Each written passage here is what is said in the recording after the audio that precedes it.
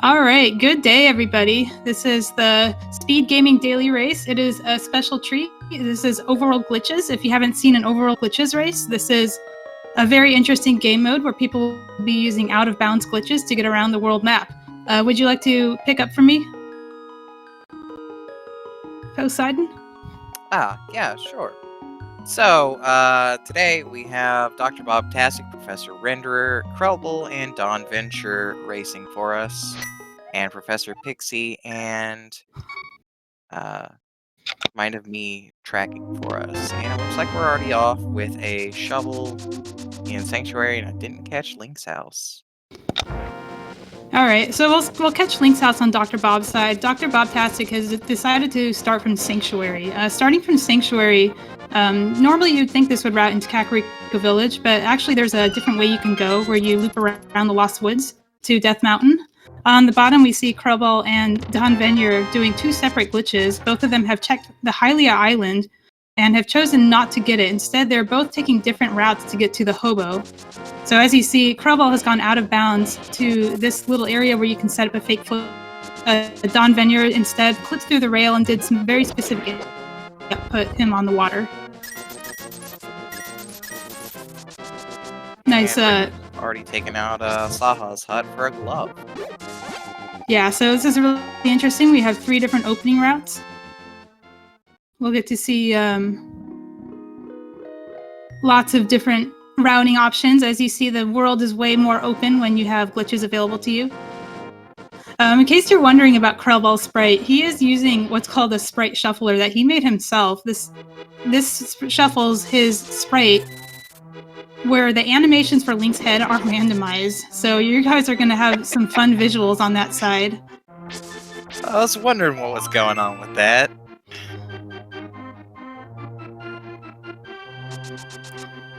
All right, so Dr. Bobtastic and Krelbel have converged at the Lost Woods. Don is kind of met with them, checking that tree pole, and is probably going to head into the Lost Woods and then the mountain or Kakariko Village, depending on what he finds.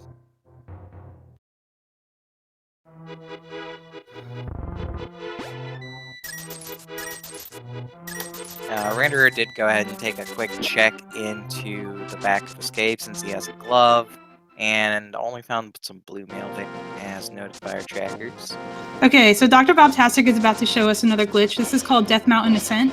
This is going to take him straight into the Old Man Cave. He's going to do a clip over here, which let's go into this slope. When he hits the transition, it's going to put him in a sort of screen wrap state where he's going to be walking on top of the screen. But he's actually on that bumper ledge area, and he's going to drop down to the Old Man Cave and climb the mountain that way.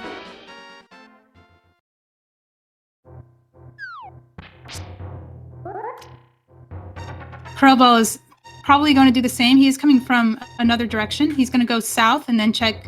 If he hasn't checked Bonk Rocks yet, he's going to do that.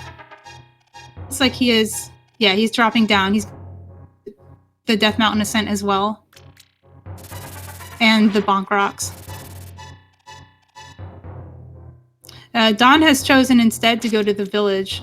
The village has a lot of checks in it, and because he has money and bombs, there is less incentive to go to the mountain to get resources for Kakariko. Another thing that's going to happen is he's probably going to go south, and he's going to actually cross into Desert Palace using another out-of-bounds glitch. One of the things you want to kind of have when you're in that area are the things that let you check the overworld checks that are near Desert Palace. And by near, I literally mean proximity, because you can get to most of them just with glitches. That includes Checkerboard Cave, Cave 45, those are all accessible. You'll want to have a glove when you go to Checkerboard Cave. Having a shovel is also very good, because you can check that on the way. Okay, Dr. Bobtastic did a glitch called Death Mountain Descent to Graveyard Ledge. Hopefully Krelbel will be showing that to us in a second. Oh, getting dead rocked on the mountain.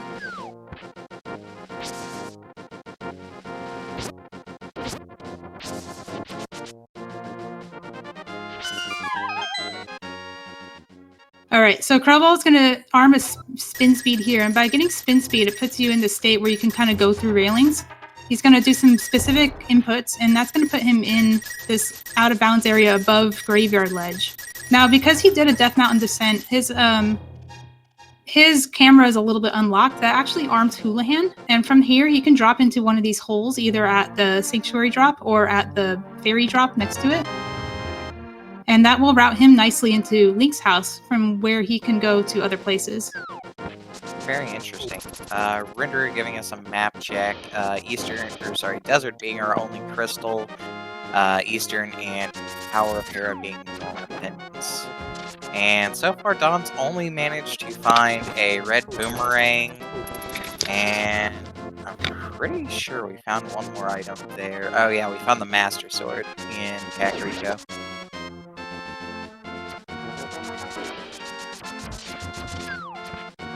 Okay, so Professor Renderer has climbed the mountain. You may be wondering how he got to Tower of Hera without the hookshot or mirror.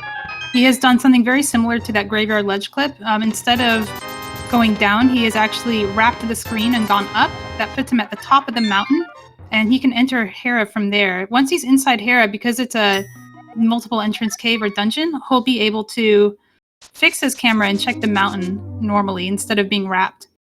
Don is doing an upward teleport here that's going to take him down to Desert. The way teleports work is if you get on a very specific out-of-bounds pixel, the game tries to kick you out of collision, but the math gets kind of wonky on these pixels, and it kicks you out way up or way down, allowing you to go out of bounds in places you may not expect.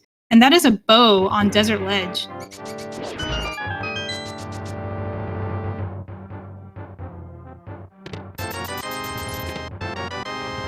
Renderer finding our first bottle in Spectacle Rock, and Bobtastic and Krelble both following the same route into the back of Escape. Renderer is bombing himself over Spectacle Rock. He missed, but it sounds like his intention was to actually continue across the mountain. Hopefully he'll show us that in a second. You can get across the mountain using another glitch, as you probably predicted.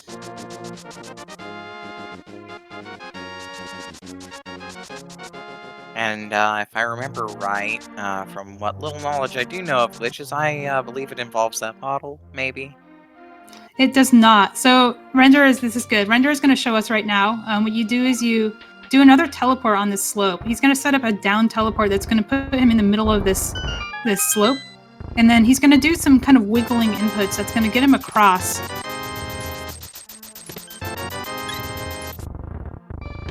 So wiggle, wiggle, wiggle, wiggle, wiggle. You do that enough times and you get onto this conveniently placed land bridge. You may notice there's a sign there. That is... Oh, thank you for showing us that, Render. That is our tournament winners from 2018 and 2019. One of these runners may be on it next year. These runners are all racing in a tournament that's hosted by Go Mode Podcast. This is a special tournament. It's a mentor tournament, which means these runners have never raced Overworld glitches before and have just learned how to play it and are now facing off with each other with the help of experienced glitch runners. So what happens is they get into a race, and each of them has a mentor to guide them through the seed and help them with glitches. Once that kind of initial Swiss stage is over, they'll be racing unmentored. And that will be a bracket stage that will be happening in January and February. So stay tuned. Keep an eye on these racers because they are learning very fast. And before long, they're going to be just another part of the glitch community and may even be our mentors next year.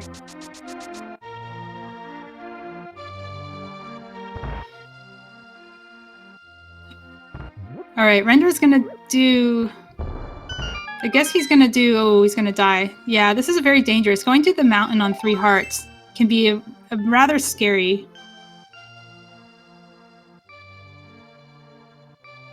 Okay, Don is going to continue on this overworld route. You can see this kind of proximity effect. As a rule of thumb, if the locations are close to each other on your tracker, they are probably close to each other in the glitch mode in the sense that you can just walk from one to the other. So Don has done a spin speed clip to get across from where Bombo's tablet was to Graveyard Ledge. Not Graveyard Ledge, Checkerboard. No, K45. I always confuse those. K45, thank you. All of these one-off locations are very similar. I call that one Graveyard Ledge sometimes. By accident. Fair. I mean, there is a grove here, so... There is, and that's a moon pearl behind that shovel. Very nice. Now, Moon Pearl is the sole item you need for Dark World access. You do not need the glove, Aga 1 defeated, or any of those things. Just a Moon Pearl is enough. I believe Dawn has not gone up the mountain yet, so he's going to be showing us that Death Mountain Ascent again, and probably routing that into Dark World with that Moon Pearl in hand. Meanwhile, the other runners are converging on Desert Palace here, having delayed Kakariko in hopes of finding things like gloves and shovel.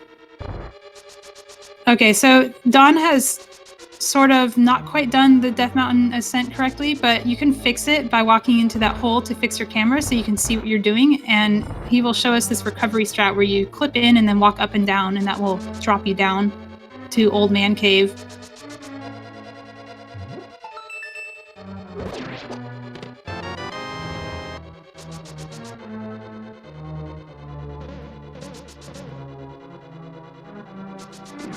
So Poseidon, is this your first time seeing an Overworld Glitches race? Not first time seeing, but first time commentating. That's good. So, bearing that in mind, are there any items that we just definitely don't need as far as Go mode's concerned? Yes, the flute. The flute actually does not logically lock anything in this game, no matter what. The mitts sometimes lock things, but you usually don't need them to beat the game. Most of the things they lock are actually Dark World Moon Pearl locations, which we don't have to worry about today. Because the Moon Pearl is just behind the shovel, which was in Sphere 1. Fair enough.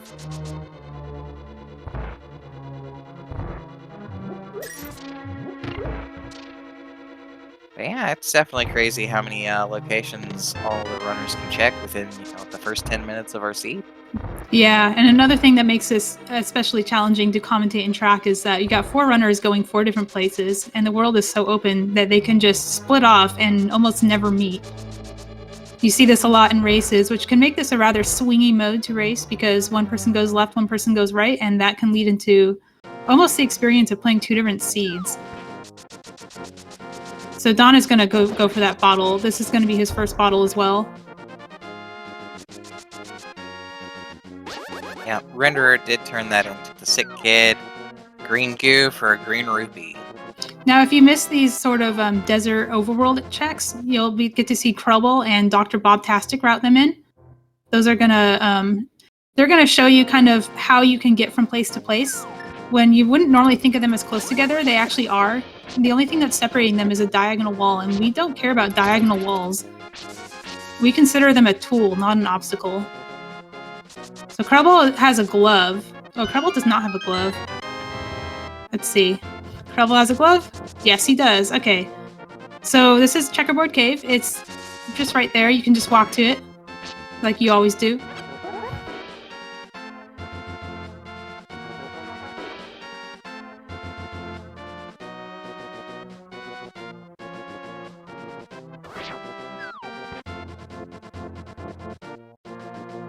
And Dr. Bob is going to do the same, ending this route at Checkerboard Cave or Gina's Cave. And that's going to be a save and quit for Krubble. Let's see where he goes next. I'm surprised if he didn't check that shovel, he doesn't have the Moon Pearl. But I can't imagine he wouldn't check the shovel here. Unless he forgot he had it. Definitely okay, he forgot. He is actually returning to it because that's an easy thing to forget. It also means that he doesn't have to do an extra teleport to get back up, so this may just be a thing where he considers this easier than trying to do more clips. And very good, that's a Moon Pearl. If he had missed that, it would have been a bad time for him. Oh, Paradox Cave at 13 minutes. Not something you often see. I would also like to point out that for some of the people in this race, this is their first time racing unmentored. Nice. So this may be a new experience for them. Some of them have been racing in this weekly race that we hold at Wednesday night for Eastern time. That's 10:30 Eastern. If you want to join, you can just find it in the Overworld Glitches ping in the main Discord. You can also join Go Mode Podcast and look for that racer ping. If you haven't learned Overworld Glitches yet and have missed out on the tournament, you can still join us and ask questions and we can teach you the mode. We have a ton of talented mentors. We also have mentees who have picked up enough that they can actually teach it themselves as well.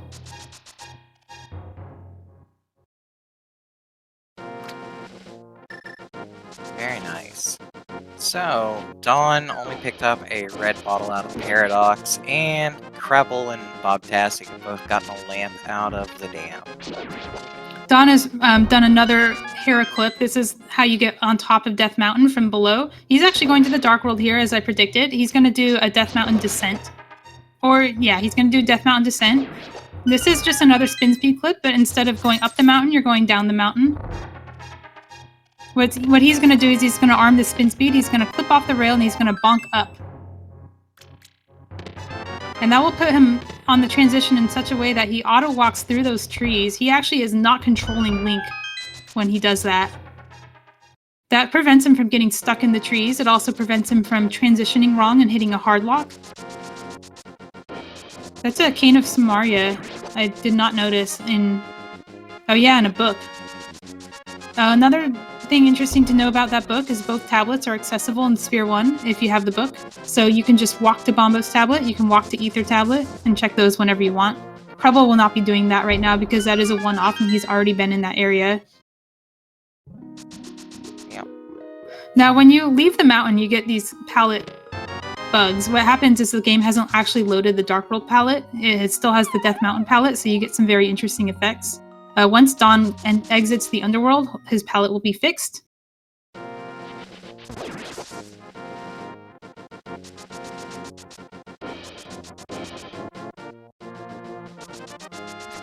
Hopefully he does a map check before going into Thieves Town. I don't think we've seen where that third pendant is yet. We did get a quick map check. We've got a green pendant on Skull Woods, we've got a 5/6 crystal on Thieves Town, and I believe the third one, or the last one, was Ice Palace. Alright, that's a good time to talk about 5/6 crystals. Pyramid Fairy is accessible using a glitch, but that glitch requires the mirror, so you don't usually need to get the 5/6 crystals, but if you're looking for the mirror, you have to start paying attention to them. And that is a sword in Waterfall Fairy. Waterfall Fairy is in logic without the flippers. Not only is this mode for major glitches, also minor glitches in the overworld are required. These include Fake Flipper and Water Walk. And then certain glitches in the underworld that skip the Moon Pearl are also in logic. That is limited to just those Moon Pearl skips, being Super Bunny Cave and Dungeon Bunny Revival, where you walk in without the Moon Pearl, you can die and respawn as Link. However, other glitches like Harapot and Diver Down and Icebreaker, those are not in logic, however they are allowed. Overworld glitches kind of follows a rule set called Restricted Major Glitches, but only in the overworld, so that excludes things like indoor bomb clips. It also excludes some of the more broken door transition glitches in the underworld. Pretty much anything in the underworld that they're doing is going to be within the same rule set as No Glitches Randomizer. Dawn is doing Thieves Town without a hammer. That is a little scary. He has a small key right now, which means he might be leaving an item in the big chest. So, not only was there a sword in the Waterfall Fairy, Zora also has our fourth sword for the seed. Nice butter sword. Very early butter sword on 5 hearts.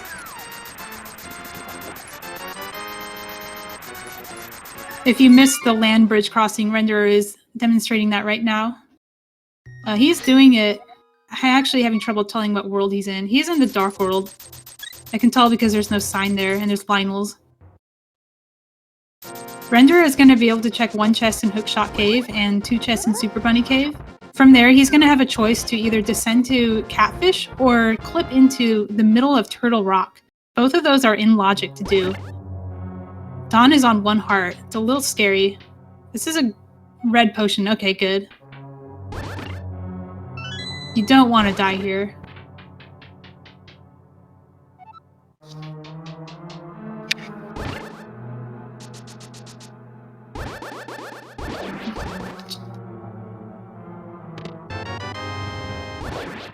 And there's the confirmation from Renderer that we do have a green pendant at Skull Woods.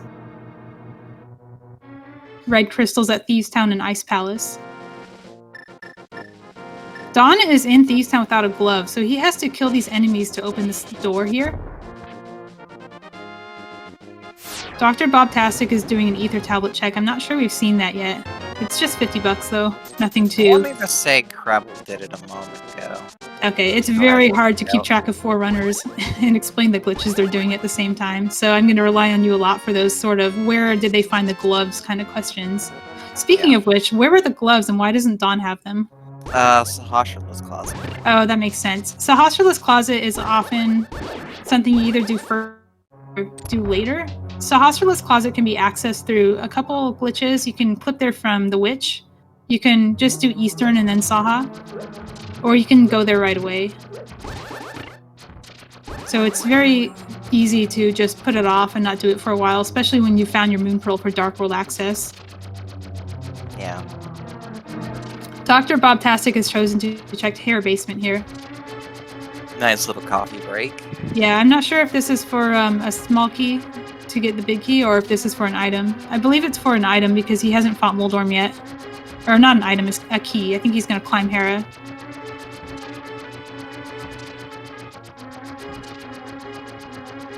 Yeah, so let's talk about medallions.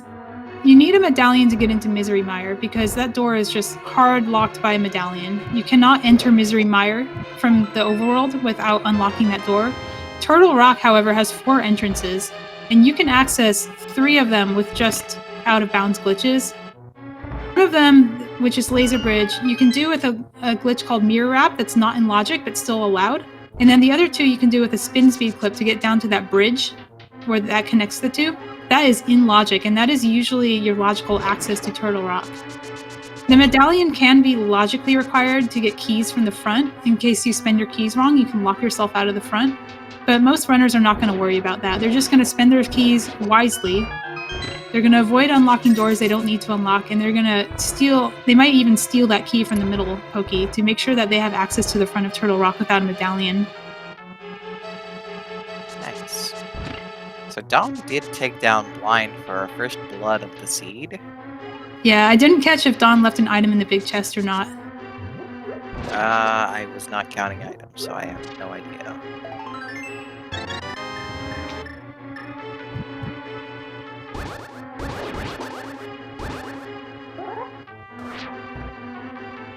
So, where's Dawn clipping off to now? Dawn is going to Mire's Shed.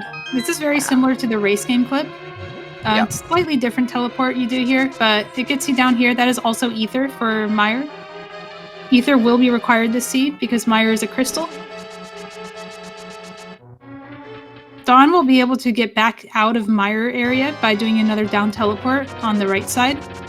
So watch him for that. Krubble is doing a Death Mountain Descent as well. If you haven't caught the Death Mountain Descent on Dawn's side, you'll get to see it here. So once again, taking out Moldorm. There you go. For an item.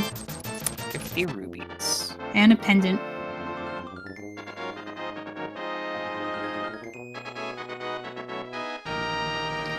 Krubble is going to Skull Woods. This is a reasonable play because getting to the Dark World is a bit of an investment when you have to Death Mountain Descent every time. So doing this now means that you don't have to come back to it later, making a dedicated trip up the mountain, down the mountain, just to check one item in Skull Woods.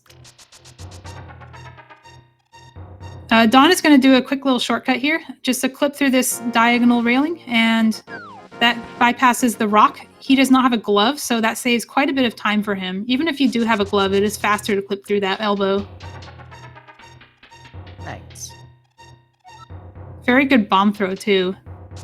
Saving a few frames here and there.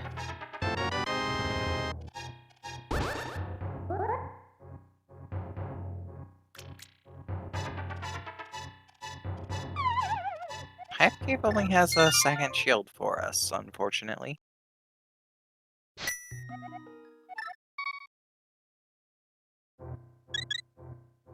I'm a little concerned about Krubble's health. So you might think, oh, you can just, die and go back to the entrance. Well, there is a sort of glitch in the vanilla game called Fake Worlds. The game does not expect you to be in the Dark World when you have not defeated Aga 1. So when you die in a dungeon, it'll just put you in the Light World, but you're still in the dungeon.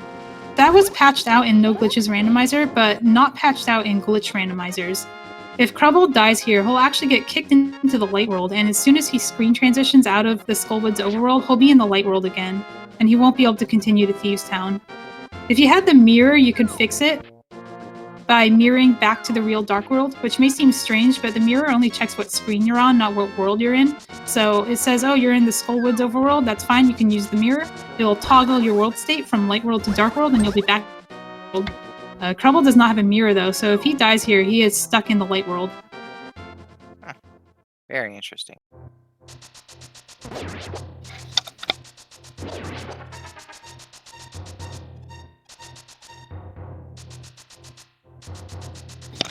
Don is doing his first South Shore check.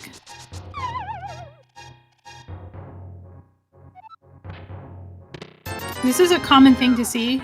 People just sort of rushing the Dark World when they find the Moon Pearl and then doing these Sphere ones later. Yep.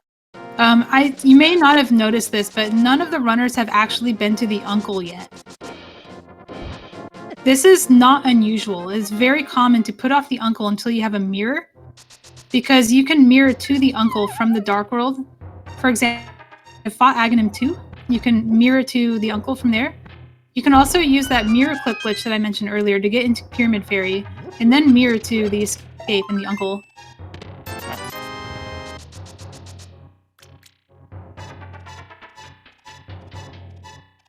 Crubble has survived Skullwoods and is still in the Dark World.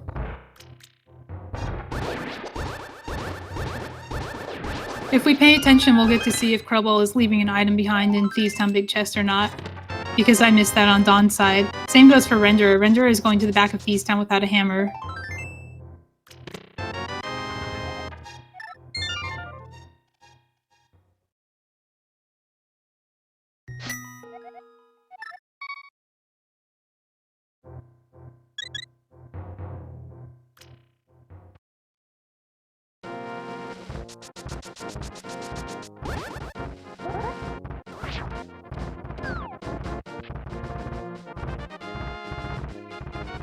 Just a bee in a bottle from the Waterfall Fairy.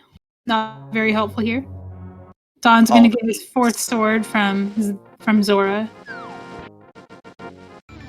Dr. Bob appears to be making his first foray into the Dark World. He's gonna go across the mountain instead of down. That's gonna put him in the East Death Mountain area, and from there he's gonna choose to go to Catfish or to Turtle Rock. Alright.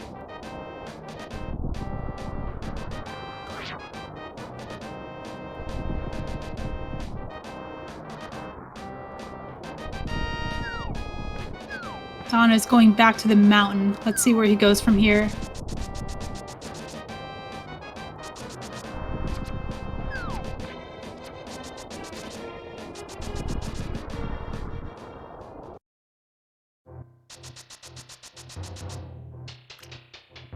Ah. The hair clip again. Yeah, Don is doing Ether Tablet. Probably is going to clip onto East Death Mountain because he hasn't actually been to the Dark World there yet. He went straight down the first time he was up here. And once again, I've missed if there's an item in Thieves Town or not.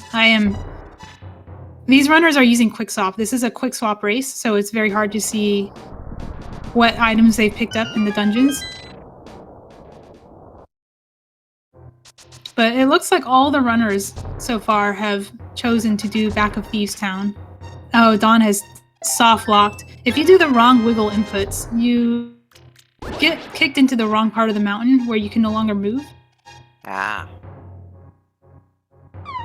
Dr. Bob is going to attempt to hover here. Let's see if he makes it. I'm always down to see a hover. Let's go, Bob.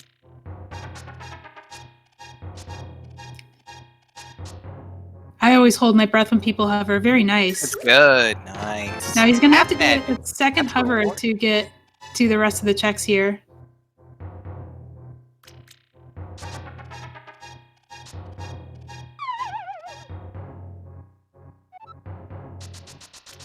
Yeah, he's going to go back for it. All right. Yep. Now you can hover. Yeah, you can hover to the left over here. Hovering to the left is slightly easier because you move 2 pixels at a time when you hover instead of 1 in that direction. Not that I would know. I don't hover, but that's what I've heard.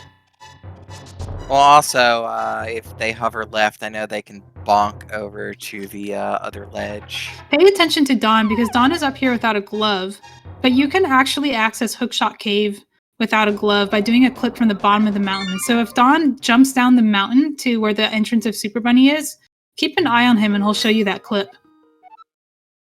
I wouldn't blame him for not doing so though, because it is a very slow way to get one chest, unless he does a hover as well. Yeah, Bob gave up on the hover, but he did get half magic out of it. So. Not a bad prize, not half bad. Right. Okay, Don's gonna do the clip. This is very good. So he's gonna go on this railing here, and he's gonna clip out of bounds here. And then he's gonna dash turn onto this island, jump off the bottom of the screen, which is gonna put him on the top of the mountain, entering the floating island Hookshot Cave back exit without a glove.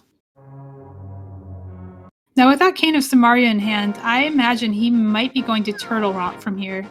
But he also has a bow, and that might tempt him to go to Catfish into Pod instead.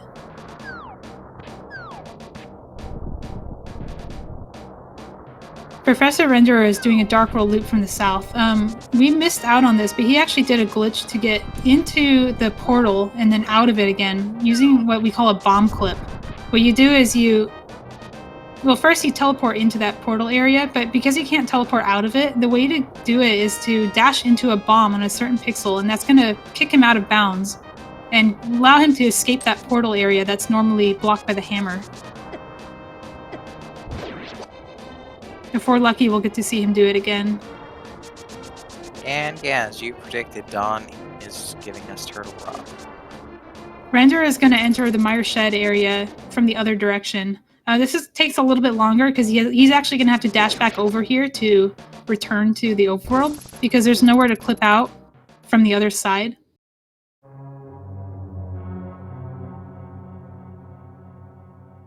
I also didn't point this out earlier, but the Mire Rain doesn't load properly when you enter from the Overworld instead of using the portal. So you get this glitch rain effect, which can be very interesting. If the glitch rain bothers you, you can use your map to dispel it and it'll turn it back into normal rain.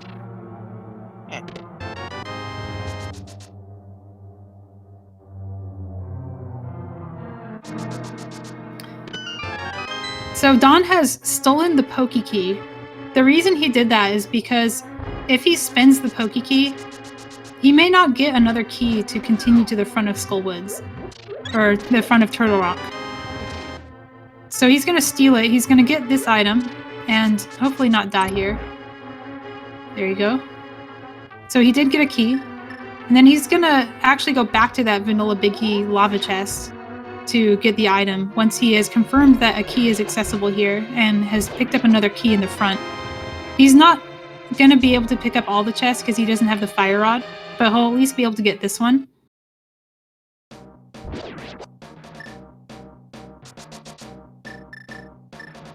Professor Renderer is also doing his first South Shore check. Yep, finally got his lamp. The Dawn is walking out, which is not going to work out for him. I hope he doesn't try to do this room without fire rod. He can't get very far in it, though.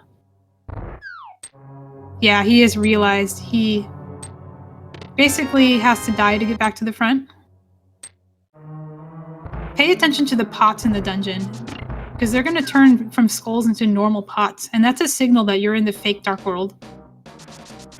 This is okay for Dawn because he's not going to be doing any overworld transitions here. He's going to save and quit out of this.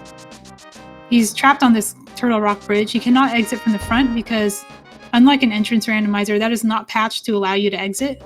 It's just collision. You just run into it and you can't exit. So he's going to go back for that big key chest. Oh no, he's going to do a Crystal Roller Room because he found the big key. Interesting. And then he's going to continue on to Laser Bridge.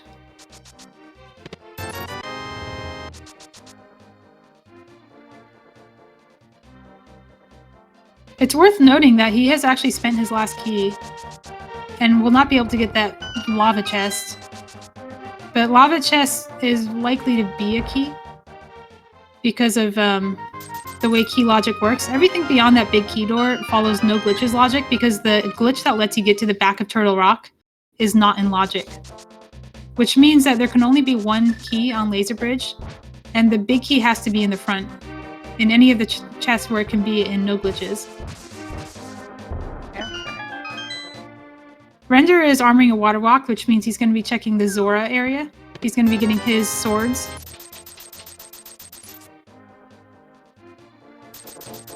Krellball is doing Kingston Clip. This is very similar to Graveyard Ledge, but you buffer up 1 pixel. You land on this rock here. Because you're on the rock and the bush at the same time, the game thinks you're picking up a bush, but you pick up the rock instead, and you can pick up the rock without the mitts and access King's Tomb. This is in logic. And Dawn has found a glove, which will be everyone else's Titan's mitt, as well as the Quake Medallion. That is very good for him. He may not go to that Sahai area for a while, unless he chooses to go to Pendant Eastern.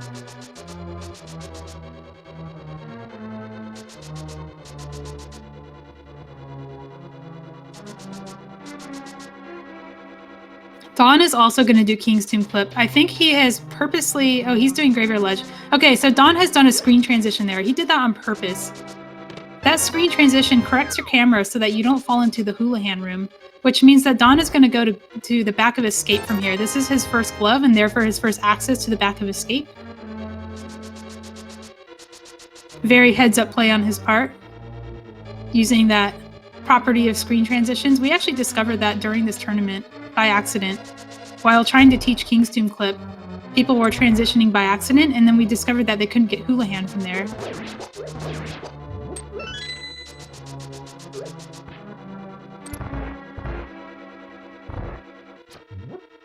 Okay, let's see if Krellball also goes to Turtle Rock.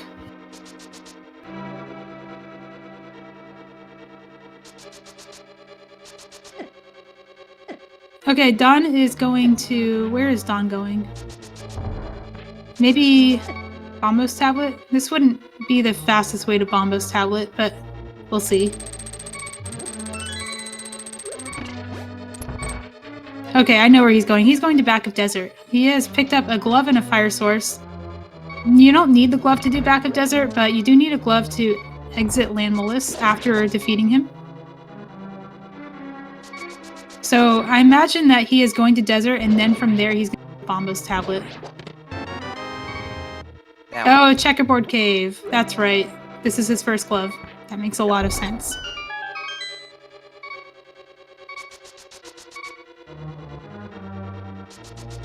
Yeah, and then it's Desert Palace after that.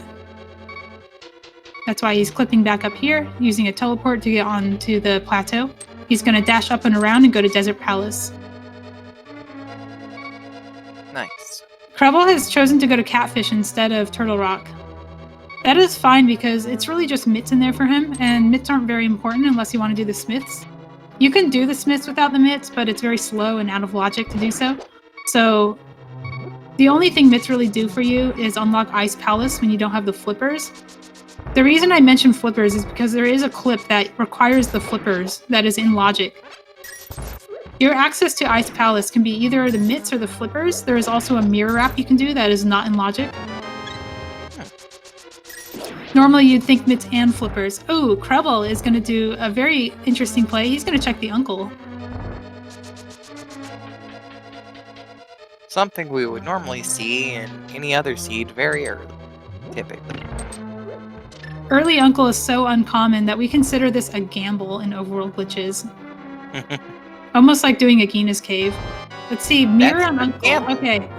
This is really good for Krellball because most people will wait for a mirror to do these checks. Yeah. So, Hadalore in chat is saying, almost 40 minutes, time to think about Uncle Check. I personally have a rule where if it's gone 45 to an hour and you haven't found a mirror yet, just do the Uncle, because you don't know. The mirror could just be in there, and you could be waiting for the entire seed in the last location that mirror at Uncle, and that never feels good.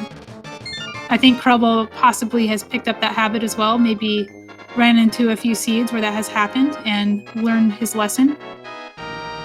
Krellball is doing, he is doing a clip He's doing the Pyramid Fairy clip. He has jumped down the mountain without correcting his camera. What this does is this wraps his map, not his map, but his like world map position. And the world map position is what determines where your mirror portal gets placed. Every time he jumps down the mountain, his world map position moves down, which means that he has placed his mirror portal at Hyrule Castle instead of the mountain. Now he's going to do another Death Mountain descent to get back to the Light World, and he's going to use Houlihan to return to Link's house. He can't save and quit because save and quitting will dispel his mirror portal. So this is, for him, the fastest way to get back to his portal that he left at Hyrule Castle. This is a very good play for him because finding the mirror in the castle sort of orphans the Pyramid Fairy because normally you route Pyramid Fairy into castle, not the other way around. Dawn has also decided that this is the time for Uncle. 45 minutes in, like clockwork, you check the Uncle because you don't know what's in here. Yeah, that's a very nice clip. I like that. And that's an ether tablet, or ether medallion. There you go. Required. I think Krellball left with the mirror and didn't do front of escape, so he's going to mirror here and do front of escape. Dawn is going to exit the Uncle and do front of escape now. We'll see if he decides to do the Pyramid Fairy or not. This could be a make or break decision for him.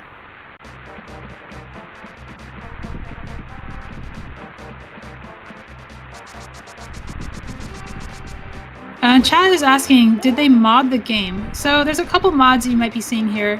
One of them is Professor Renderer's palette shuffle mod. This is recently added to the website. It is a new improved palette shuffler that makes kind of nicer color palettes than the old palette shuffle. Krubble is using a custom sprite shuffler mod. Since uploading sprites has been allowed in race legal ROMs ever since it was added to the site. So basically, patching your ROM is not allowed, but uploading your sprite is now something you can do on the site. So now you can upload any sprite you want to the site. Krubble is using a sprite shuffler that randomizes his head sprite position. So he gets these very silly poses when he runs and walks. Or opens chests. Yeah, it's very, very interesting to watch. I don't know how he clips with this thing because knowing which direction you're facing is a very important visual cue. He has told me himself that he looks at the body sprite. He has trained himself not to look at the head when he does clips. Fair enough. Alright, Krubble and Don Venure are converging on Zelda's cell. The main difference being Krubble has gone to Pyramid Fairy and Don is not, and Krubble found a required item there.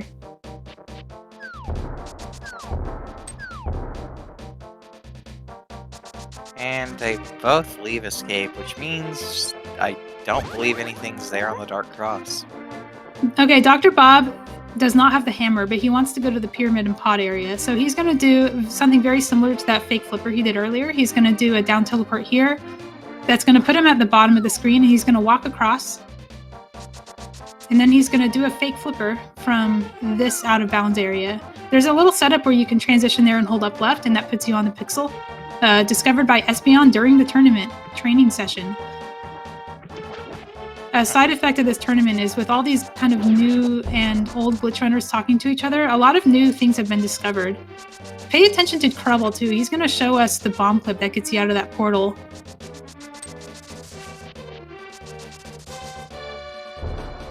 Whoa, Dawn is doing something interesting too. This is a out of bounds fake flipper. I think this is Catfish. I'm not sure though, because Dawn went to Turtle Rock instead of Catfish, which orphaned Catfish. So this, for him, I believe is the fastest way to get back to Catfish. So Krebble's going to dash into that bomb, and that's going to put him into the slope, and he's going to dash out of it, and he's free. Nice. Dr. Bob is also walking to Catfish. Both of them have come to the conclusion that orphaning Catfish is a bad idea. And if Dr. Bob hasn't been to the mountain yet, he probably plans to go to Turtle Rock instead of Catfish, so he's getting this out of the way so he doesn't have to worry about orphaning it.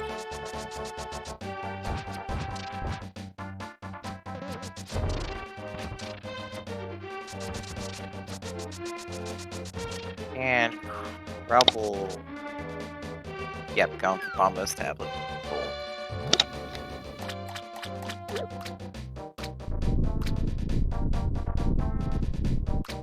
Dawn is dashing down to Pod. This is a clip you can do in this kind of Octorok pit here.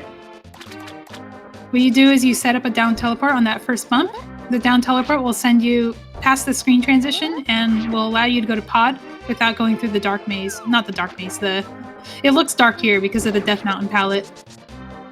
He's going to pick up Kiki and check Sahasrara's closet on the way. This is very efficient routing for him. He's going to only find... he's going to get scolded by Kiki because Kiki doesn't like it when you mirror. And then he's going to do Saha's closet and find his mitts. He's going to be the first person with Titan's mitts. Let's see if he follows those to either Ice Palace, which he can't do at the moment because he doesn't have fire, or to the Smith Chain.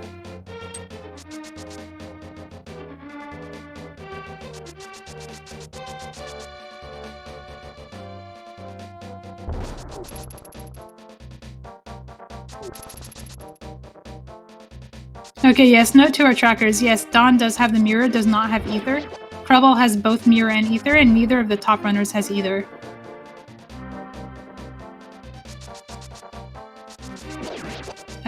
Did Dawn forget Kiki? I believe so. Yeah, so when you mirror out of Saha's closet and you go back into your portal, you get iframes. If you leave the little maze too soon, Kiki does not follow you. So you have to double back and pick him up. You don't have to go, obviously you don't have to go all the way to Pod, but a lot of people will just not notice that Kiki isn't following them until they get there. Renderer is in Pendant Eastern. This is an interesting kind of parallel play between the two, because Dawn might choose to mirror here and do Eastern, depending on what he finds in Pod. Could be, yeah. Well, we'll always just have to wait and see what we find. But Krubble is taking out Land Mollis. Yeah, and... he is looking very armless right now. Picking up, he's balancing that crystal on top of his head, levitating it with his thoughts, and looking very intently as his sword as he does the fanfare. Dr. Bob is also in Pod. He will not have the choice to mirror to Eastern from here. You have to wonder, when are these top two runners going to choose to bite the bullet and go to Uncle without the mirror?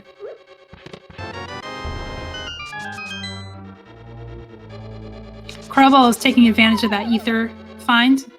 Probably knows that a lot of runners are not going to do it very soon, because not only do you have to go to the Uncle without the mirror, but you have to go to Pyramid Fairy having already done the castle. So he's going to follow that progression he found and hope that it leads to something that will give him an even further advantage.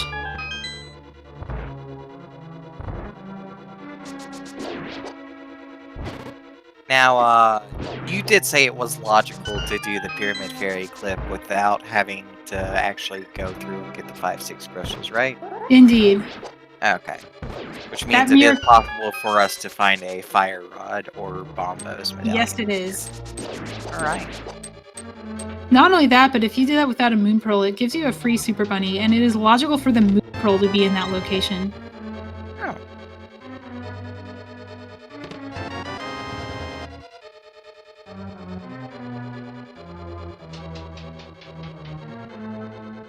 Now I just can't remember if we ever looked at the Pyramid Ledge while we were there.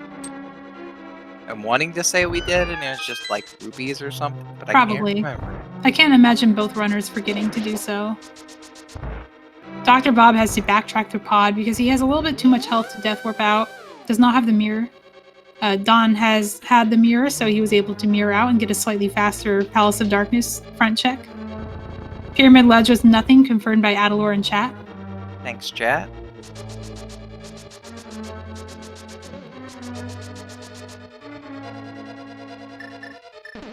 So far, Pod is coming up keys. There is an item in Harmless Hellway, so we'll be grabbing that.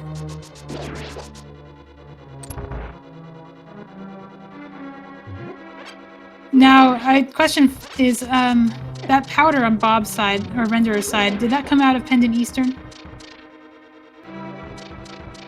Had to have. The magic powder. It is currently possible and in logic to check that without the hammer or the mirror. There is a clip that will get you in there. We'll see if Bob or Renderer decides to follow it, having done Pendant Eastern for nothing else. Krubble found the hammer. This is looking very good for Krubble. He is the only person in Misery Mire. He's the only person here with access to Misery Mire. Both of our found the flippers on Harmos Knights. All right, that is required. Flippers are needed for Swamp. Hopefully Don will mirror to Eastern after finding nothing in Pod. This is very good for him. Yes, he is mirroring. He's going to find the flippers. He also has Bombos. That is very dangerous for him because Bombos puts Hammerless Ice Palace in logic for him. You have to hope that he chooses to go to the uncle before doing that. And then also chooses to, not the uncle, chooses to go to Pyramid Fairy. Yeah, there it is. Confirmation that Powder is in Eastern. So Powder and Flippers.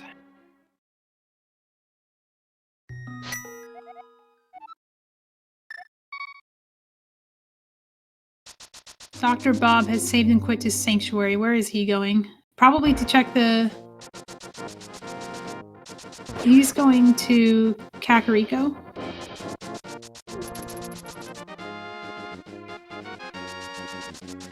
I think he has not checked Sick Kid yet.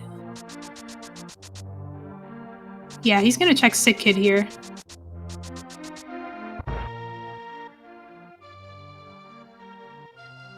Renderer getting another Houlihan play. What would he need more money for? He doesn't. I think he's just getting those out of habit, because you usually do that early and that's your first money. Fair. He might be thinking potions, if he happens to be at the Witch, but potions are kind of hard to get to. Renderer has also decided now's the time for Uncle. It's almost an hour into the seat. Dr. Bob looks like he's going to do a pedestal check. Head height. Having 2 pendants available, this is not a bad play.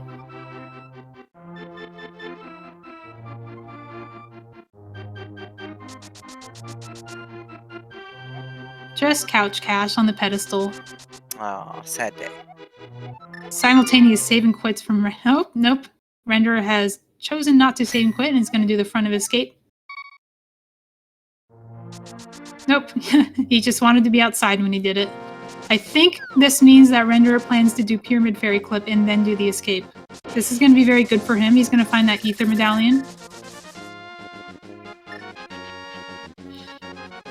Don is going to pick up the flippers very soon and be faced with a very difficult decision coming up ahead. The problem with Pyramid Fairy for Don is that it can't be routed in with anything anymore. He has already done everything that surrounds the pyramid.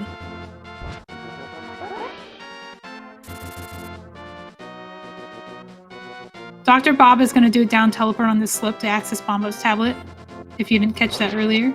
Renderer is setting up his misplaced mirror portal. He's going to correct his camera here and then descend off the mountain to get to the Houlihan room again. And a red rupee from the Bombo's tablet. And Krubble is looking over his shoulder suspiciously at those eyes as they come at him. Always check your blind spot when you're fighting Vitreous.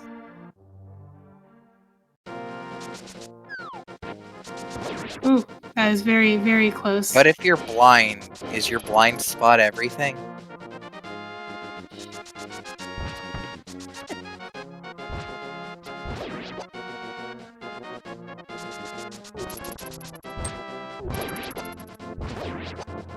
Renderer has chosen to Death Warp instead of Descend. I didn't catch if he tried to Descend and missed and then Death Warped from there, or if he just chose to Death Warp off the bat, having already done the Graveyard Ledge check and Houlihan. But he's going to be going into his portal here. He's going to get the Ether Medallion. He's going to go to the back of Escape, the front of Escape. Oh, he's going to do front of Escape first. Okay. Depending on what he has already done in the Overworld, that will allow him to stay in the Dark World, check the Pyramid Ledge, and then not have to walk back to the front. This is a good efficiency play, having already done the Uncle.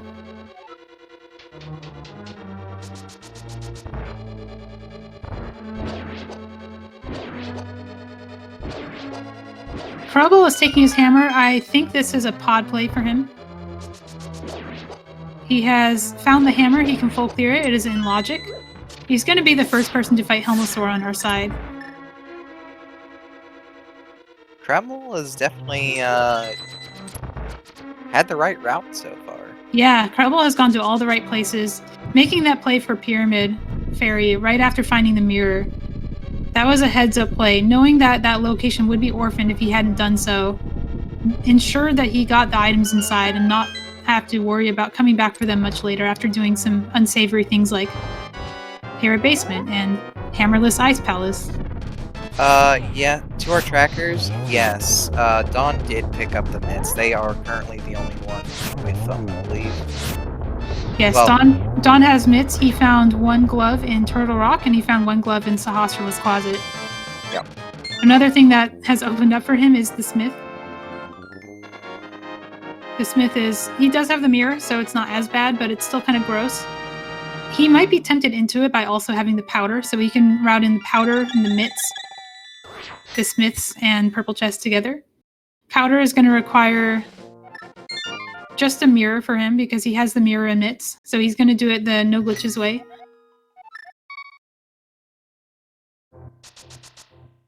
Now, I'm just hoping Krubble will mirror after they're out of Yes. House of Darkness to go to Eastern. The one thing that can bite Crubble right now is the flippers. He has a lot of things in logic right now. Probably the most tempting of which is, well, depends. He can go into Turtle Rock and get that second glove, which will open up a logical Ice Palace if he finds Bombos as well. He can also go to Ganon's Tower, get 3 checks in logic, and then a bunch of checks out of logic using bomb jumps. Oh, Dawn has missed a very punishing bomb jump to miss. This drops you all the way to the bottom of Tower of Hera. He does not have the hook shot, so he's going to have to walk back up. And Renderer did do the Pyramid Fairy clip to get rewards with their medallion. Dr. Bobtastic has made her first play into Ganon's Tower. Ganon's Tower can be accessed through a very similar means to accessing Tower of Hera, where you climb to the mountain, you get into the Dark World, and then you drop down again, and then you do another clip up the mountain that wraps you into the staircase at Ganon's Tower. This is all in logic. Ganon's Tower is not junk-filled in this mode. You are expected to go here to look for items. Interesting. Bob has the Fire Rod. Where did he find that? Dawn has it too. Interesting. I did not pick that up. Fire Rod and Cane gives him access to Ice Harmos through the right side. Fire Rod was in Pod Dark Maze. A common decision to make is waiting until you have access to Ice Harmos before going to Ganon's Tower. Having that Cane and Fire Rod, I can only imagine Dawn will also go there because that is one of the most item-dense locations that isn't very bad. However, he has the mitts as well, putting Ice Palace in logic without the hammer. A little bit scary.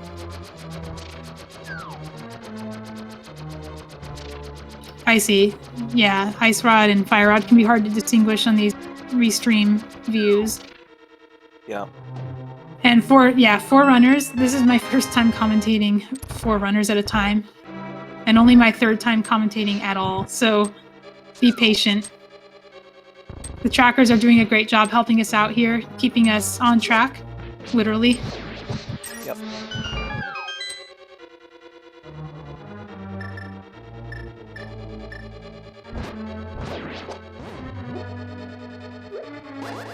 Okay, Dawn is also going to Ganon's Tower. He has chosen to correct his camera. You don't have to correct your camera to do this, but it can help if you need a shadow cue to do the clip, which Dawn will be using. He's going to manually line up this clip, which you can do if you want to. You can also line up with that ledge to the right, and that'll put you on the correct pixel. He's going to go to Ice Harmos. He's going to follow Dr. Bob in his footsteps.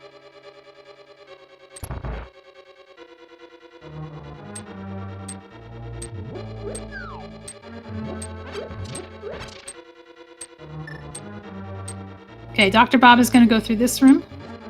If you didn't know about this room, it's a really bad room if you don't know how to do it properly. But there's a setup you can do where you walk down slightly before walking up. Walking down sets up the spike and firebar cycle so that you can just walk down and not get hit by any of them and not take any damage and not use any invincibility.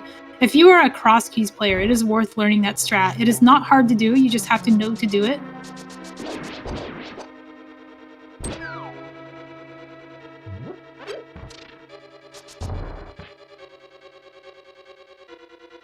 Don went ahead and skipped the tile room. Not a bad decision, honestly. It wasn't really anything. Bob is in his room right now, visiting Bob, who is no longer Bob because he grabbed the torch item. There can only be one Bob. Yeah.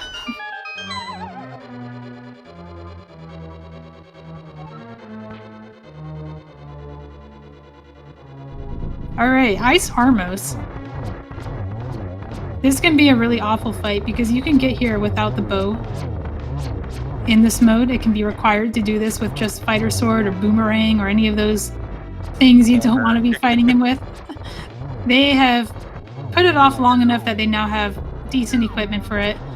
Dr. Bobtastic, if he finds a big key here, can climb the tower, but he doesn't have the hook shot. He has demonstrated... There is our fire rod. He has demonstrated that he can hover, so he may choose to if he finds the big key. He's already found it. Alright, let's see if he goes up. He only has 6 arrows. Side. So he might have to mimic clip to get back up here. He also doesn't have the mirror. He's going to check the big chest on the way back up, and then we'll see if he save and quits or if he chooses to climb. This looks like a climb. Trouble's given us the first Helmosaur fight. And down he goes. Oof. Okay, so Don has run out of magic right before hitting that spot. This can be a very, very tricky room if you don't know the trick to doing it. He has unleashed a bee on this room to show his feelings. Dr. Bobtastic is here with 6 arrows. He is going to shoot these guys and hope that the arrows in the other room don't despawn, because if they do, he'll have to do a mimic clip to get them out of bounds. Okay, let's talk about key logic here. Dr. Bob is here with only 1 key. What that probably means is that there are enough keys blocked by the hookshot in the left side to put these chests out of logic. The developers have chosen to put the top of Ganon's tower, specifically Mini Helmet Room and everything beyond it, in logic only with 3 keys available. What that does is it prevents scenarios where you have to climb the tower to get a small key and then walk back down the tower to open more chests, because that would be very unfun. So the upshot of that is Dr. Bobtastic is probably not going to find the hookshot up here. But he can still find the ice rod, the hammer, or any of... Not the hammer. He can find the ice rod, flippers, or any of those other things that he's looking for that are not explicitly locked by the left side of Ganon's tower.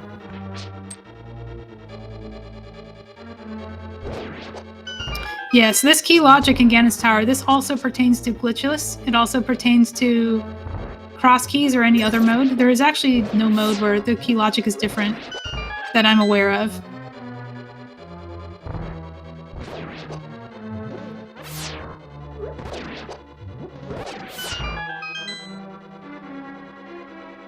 Okay, let's see where Don goes next. Saving and quitting to Mountain. This is a good sign. I think he is taking this to... Oh, no. Okay, he's thinking. He's taking this to Pyramid Fairy. This might be a... Everything left is terrible play. Oh, he's doing a descent. He's gonna take a kind of quick route to King's Tomb, choosing to go from the mountain save and quit instead of the sanctuary. This is a sphere 1 location. I can't blame him for mopping those up before doing terrible things like Pyramid Fairy and Ice Palace.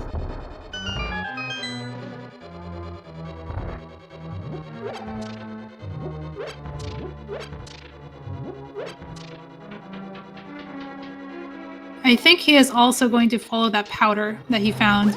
And if he hasn't checked Sick Kid yet, he's going to do that as well. Pay attention to him. He's going to be using... Oh no, he's going to just mirror there. That's boring. Yeah, I was about to say, I'm wanting to say that he did check Sick Kid. Okay, yeah. I was thinking he might be doing Magic Bat Clip because that's actually faster than going here, but I think he's going to do this with the Smiths as well.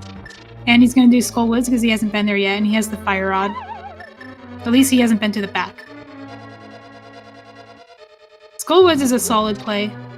You found the Fire Rod in Pod. It's the only thing you found there.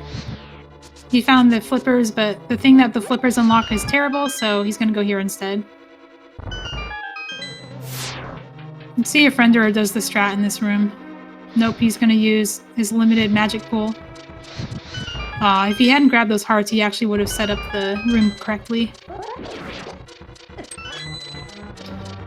Professor Pixie is pointing out that Don has not checked the pedestal, and this is his last pendant, so he might be blind pulling it for us.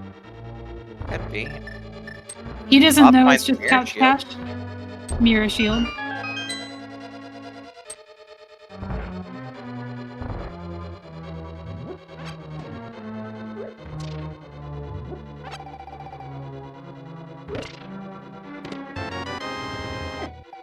Krubble is also going to get to check the left side of Ganon's tower for us. This is going to be our first view.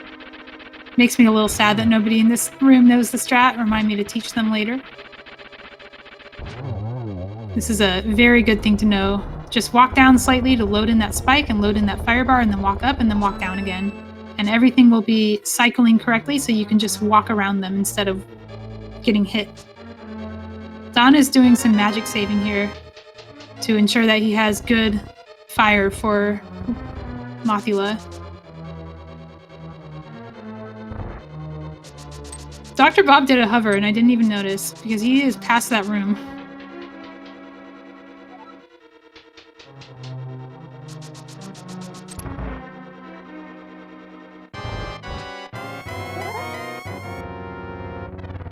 Nothing in top of Ganon's tower, though, so this is not going to punish the players who cannot or choose not to hover. Oh, nice triple for Bob.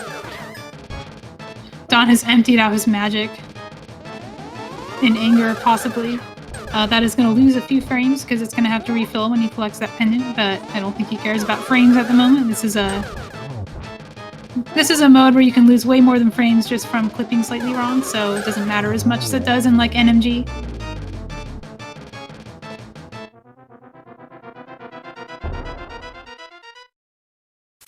And down goes Aga 2.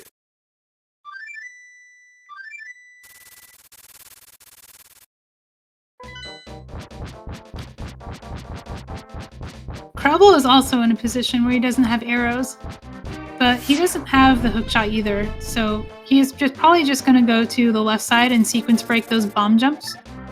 Bomb jumps are not in logic. There is one chest in this dungeon that you can get by bonking, but is locked by a lot of keys. There's our blind pedful from Dawn, as we predicted. Dawn is the hero we deserve. Doing it for chat, and also for not doing Ice Palace, because nobody wants to do that. Does Dawn go to Pyramid Fairy or Ice Palace from here? I think this and Smith Chain is all that's left for him, if I'm not mistaken.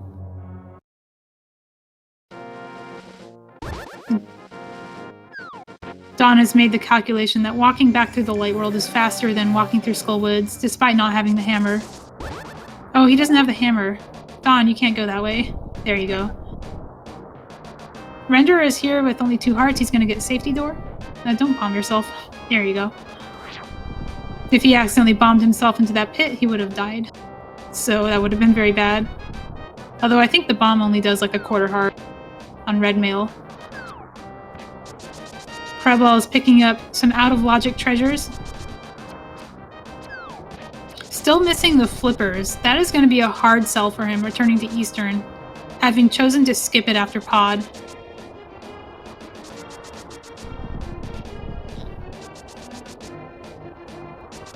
Hooray for left side GT. Dr. Bob is going to make his play into Turtle Rock. He has the Fire Rod this time, so he's going to be able to get what are probably keys in the front of Turtle Rock, locked by the fire. I was not counting keys on Dawn's side, so I didn't see how many keys would have been in the front. There are 4 keys in this dungeon. 3 of them have to be not on Laser Bridge. But other than that, they're not really restricted as far as where they can be, as long as you have access to that medallion. Because you can enter from any of the 3 front entrances.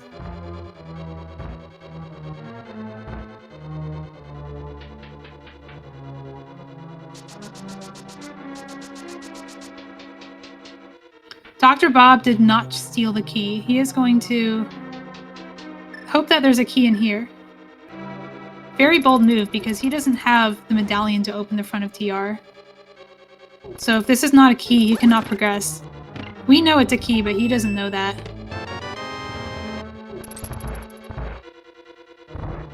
Small keys can, in fact, be in lava chests. That's true for no glitches as well. It is just Treble like finding an ice rod and the silver arrows in the rando room. Very nice find for Krellball. The only thing that can trip him up now is the flippers or the hook shot. The flippers, we know they're on a pendant boss. That can be very difficult for him to find because he has already chosen to skip it. I believe Krellball is going to Turtle Rock now, having all the items necessary to beat the dungeon, including the logical medallion. This is the correct play in his mind. He can get here with a mirror wrap. Let's see if he shows that to us. He is getting his mirror out. This is very good. So Krellball is going to do a climb that gets him across the mountain. It's very similar to the one that gets you to the land bridge. He's going to do a similar pixel setup. But he's going to do something that puts him on a very particular pixel when he transitions.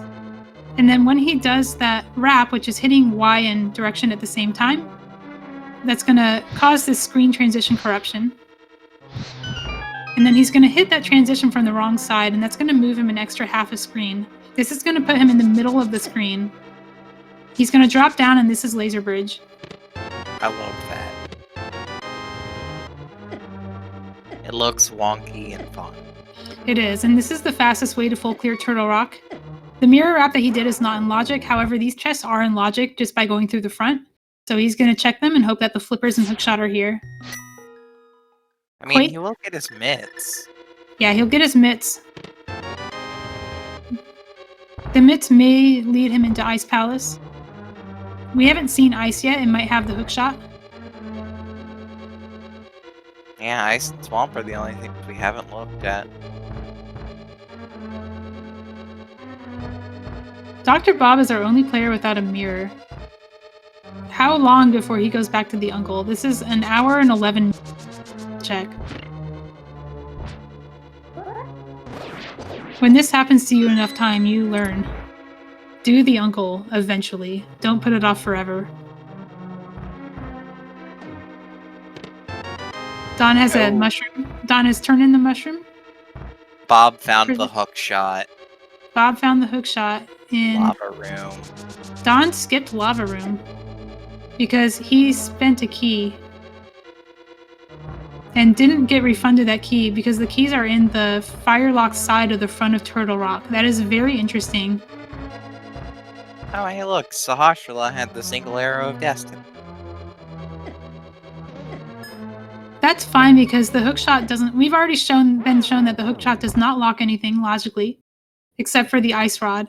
So if Don finds the hammer and chooses to sequence break Ganon's tower, this could be good. However, it's kind of hard sell to sequence break Ganon tower when you are 2 items from go mode and one of them is the hookshot. He is setting up Pyramid Fairy. This is probably his last location other than Ice Palace. With any luck, he'll find the ether. That's going to point him towards Misery Mire. And then he'll find Hammer, and if he is lucky, he'll go back into Ganon's tower looking for that Ice Rod, and he'll find Ice Rod that's going to lead him back to Turtle Rock, and he'll find the hookshot. Yep. If he's not lucky, he's going to go to Swamp instead, looking for that hookshot. Swamp or Ice Palace. Ice Palace is a very tempting prospect, being a full clearable dungeon with the hammer.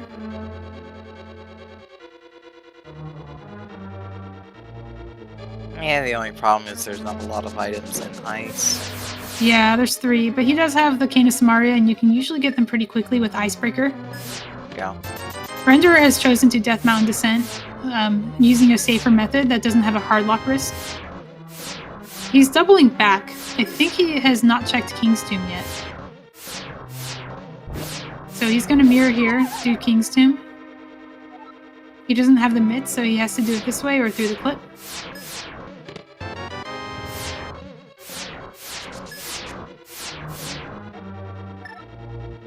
Krubble is also in a position where he may be going into Ice Palace to look for the flippers. Could be. So if you recall from earlier, fake flippers are in logic in this mode, which means Ice Palace can contain the flippers as long as you're given the mitts.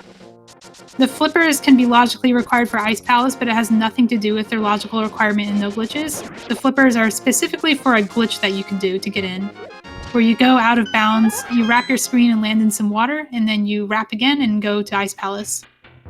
Don is going to show us a fake flute. When you screen transition and use the blue potion at the same time in the overworld, it puts you in the flute menu, regardless of which world you're in. So Don has actually fluted in the dark world to get to Bombo's tablet area. He's going to go to Misery Mire this way. For him, this is his fastest way to Mire.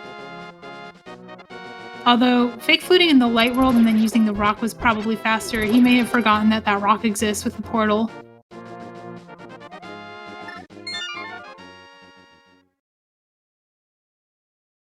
Krelval is going to do our first Trinex kill. Yep.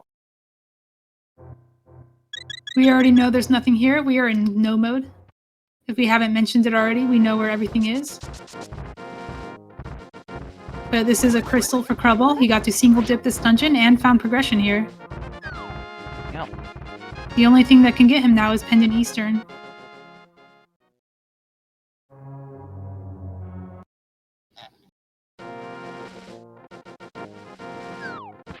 Which, honestly, compared to everyone else, it looks like he's fairly far enough ahead of everyone else that he'll run out of dungeons to delve and end up in Eastern sooner or later. Yes, he has taken a very efficient route through the game. He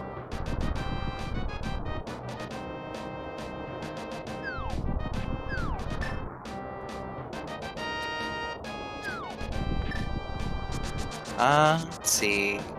Travel going back to the Dark World, you think they'll be going over to the Hookshot Cave since I have Hookshot? Yes, this makes a lot of sense. He's already checked the first chest, but does not. Oh, Dr. Bob is going to return as well to the chest that he wasn't able to hover to before. Alright, so half magic the only value in here, but hey, half magic's still a good quality of life item for any player.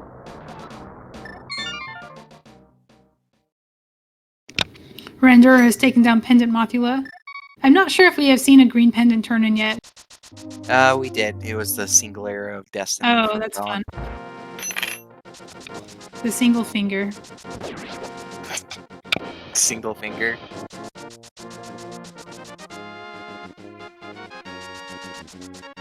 Haven't heard that one yet. And there's the hammer for Dawn. If I was Dawn, I would probably go into... But we know that's not the correct play.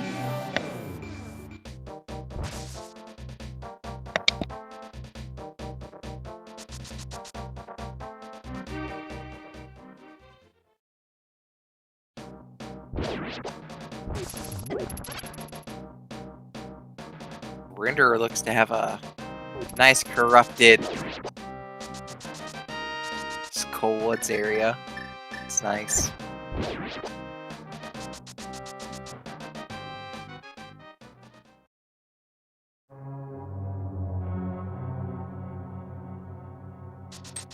Oh, Kreppel found the actual flute somewhere. I was not paying attention as to where he found that, but he did.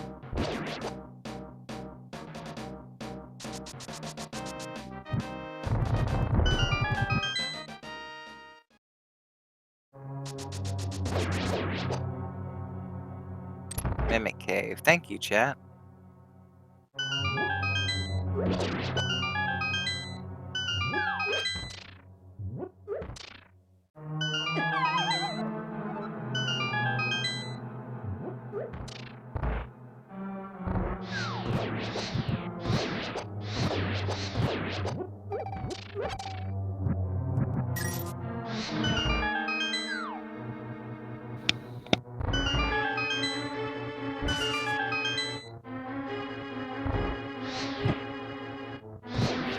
Where is Krelble going? Krelble is going back to Ganon's tower to climb it, I think.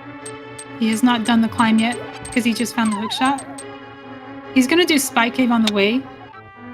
You may not be able to see it, but when he does that screen wrap descent to the clip spot for Ganon's Tower, you actually jump down to the ledge of Spy Cave and you can walk in it and check it.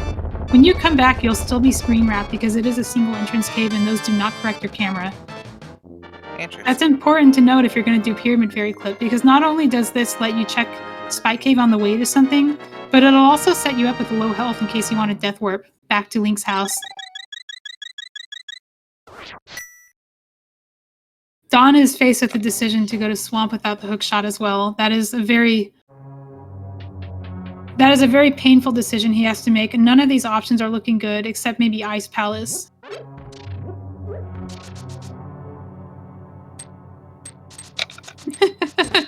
Jetters is saying, can we not with Krellball Sprite? It's a very confusing sprite, but I like it. It is fun. Mentoring people who have these corrupted sprites or have sprites that cover the shadow. There's one person in the tournament who likes to run as the Untitled Goose. The Goose is not a standard sprite to be doing overworld glitches with, but if you can do clips on it, you know, more power to you. Less power to your mentor, though. Rip me. I will be mentoring that person later today. The goose in chat has been identified. Indeed. It is very fun to see the goose doing shenanigans in this game. Very in character.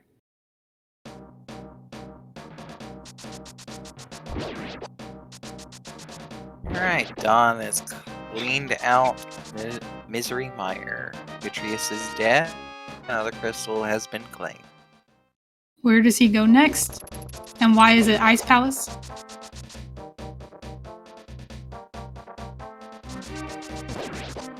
Could be Pod.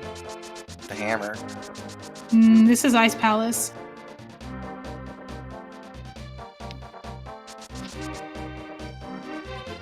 Pod is a good play too. I can't remember if Helmosaur had an item or not.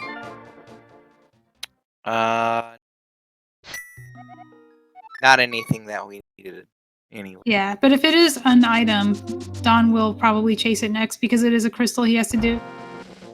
And there's no cost to doing it now versus later.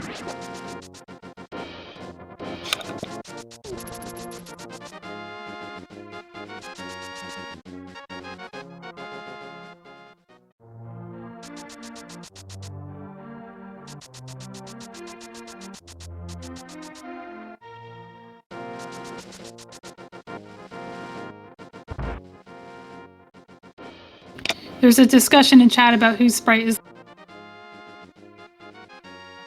every sprite is the worst. If it's not the one you play as, doing clips can be difficult. However, any sprite that doesn't cover the shadow is usually okay, because most of these runners are using shadow cues. I also vouch for Dawn's sprite is actually really good for pixel lineups because it has straight lines on the edges. The bottom covers almost none of the shadow, so you can see it very clearly. It can be a little tricky if you're doing shadowless clips. Shadowless clips happen when you're screen wrapped because you leave your shadow behind and don't actually have one. It's kind of funny that Dawn and Dr. Bob are both playing as shadows. So technically all of their cues are shadow cues.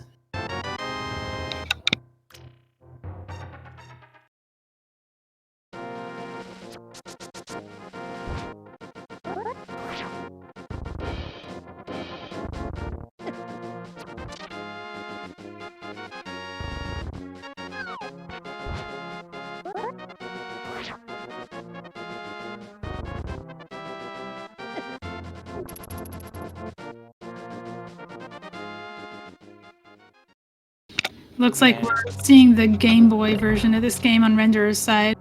It's having a little trouble rendering on our screen, but I do see 4 torches. This is Misery Mire.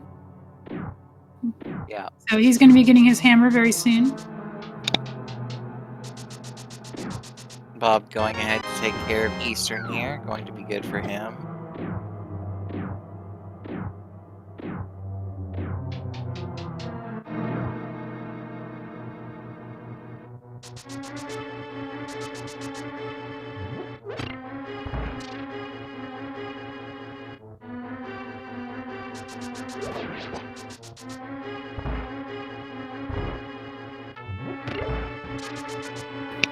I'm still a little concerned that Bob has not picked up the yet. Because what? the mirror. Oh, yeah. Because when you do, he's going to be faced with that same difficult decision that Don had. Fairy. Yeah. Hopefully for him, he'll have fewer locations to check. So Pyramid Fairy will probably be a nicer play in his mind than it would have been for Don at the time he found it. Yeah. One can only hope.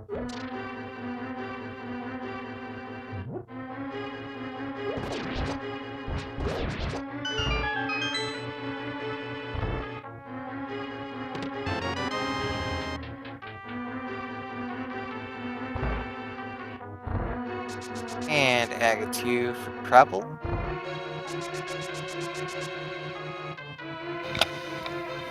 Okay, well, we're all in dungeons. There's nothing to talk about with regards to glitch. Be sure to give these runners a follow. They are all new to this mode. They're all in the tournament. So there's going to be a lot of really exciting races to watch in the Go Mode Podcast Overworld Glitches Mentor Tournament. This tournament runs between now and February. Right now we're in Swiss stage. We're in the week 3. There's going to be a week 4 after a break during the holidays. So not next week, but the following week will be week 4 of Swiss. And then all of the runners will advance to brackets. And they're going to face each other in best of 3 matches until February. These matches are going to be unmentored, so just like you're seeing now, they're going to be on their... Be sure to also follow my co-com Poseidon and our trackers. Our trackers today are Mad Ewok Herd and Professor Pixie. I see we have 2 professors today and a doctor. That is very academic of us. Also follow our restreamer, Mind of Me, who has put the stream together for us and has been very helpful in making sure that we are showcasing the glitch runners and have everything we need to put on a good show for chat.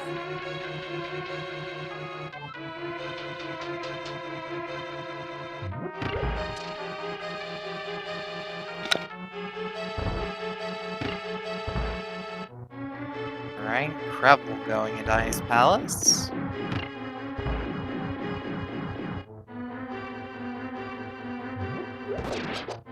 Don just finishing up Cold Stare. Giving us a cold stare at the screen.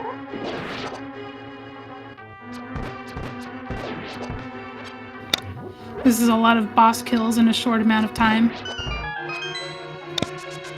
One of them is a pendant that has progression. And Don is taking this portal. Where is he going?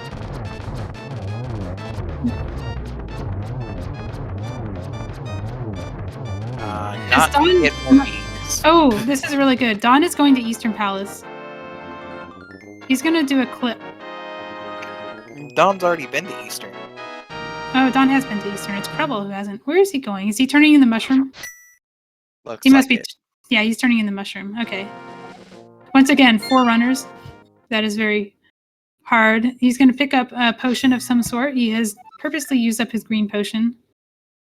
He's probably getting these for transportation and not safety. He's on Red Mail and Buttersword, and is also a very strong runner. And 17 hearts. 17 hearts, yes. He's going to do a fake flute here. This is really cool. I wonder where he's taking it. He doesn't need to use that much magic, but you do need to have the ability to drink the blue potion to do the fake flute, which means you have to be missing some amount of health or magic. This is going to be his quickest way to pod from the light world. Fake flute to 5, use the portal, and then walk to pod like you would in No Glitches. Very nice, and Treble giving us Icebreaker here on the left side. Ringer turning in a green pendant for the single arrow of destiny. That arrow is really going around this run. There's a lot of traps in this scene. A lot of things you can make the right play. It is very hard to God route a World Glitches game just because of how many you have access to at any given time. Yeah. It's also hard to get bottlenecked. Most of the time, you find that Dark World access, you have access to a lot of places. For example, Cane of Samaria can be in places like Ganon's Tower and Turtle Rock. It can still be in Misery Mire, just like it can be in No Glitches.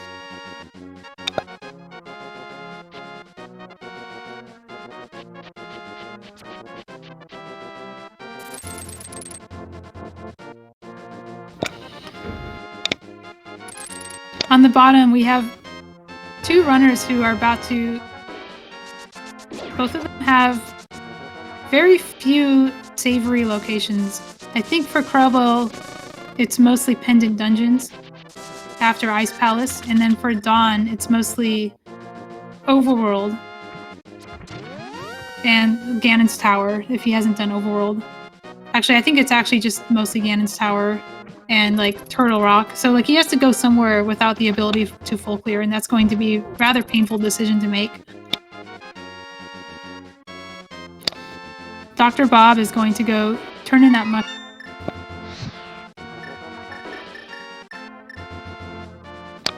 Yes, Eastern Palace, not even being green pendant, and the item being on the box, that is a little... I think, though, that even if Krubble allows...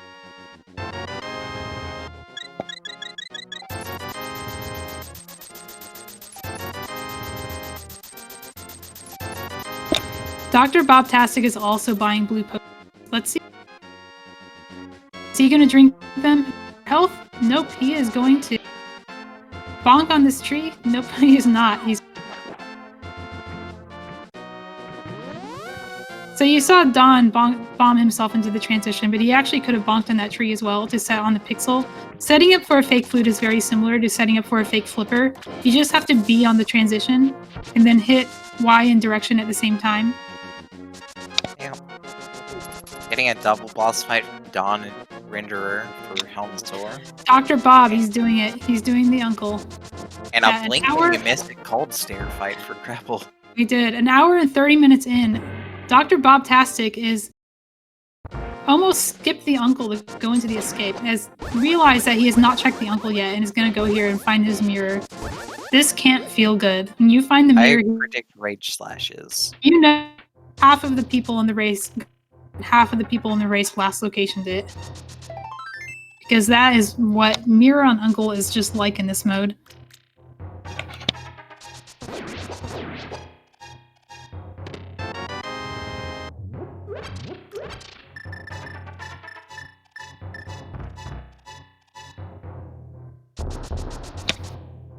Yeah, no rage slashes, okay.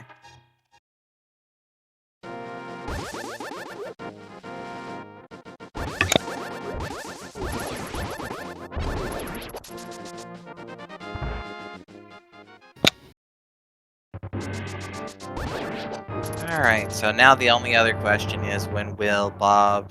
Well, actually two questions. When's Bob going to revisit Eastern, and when is he going to visit Pyramid Fairy?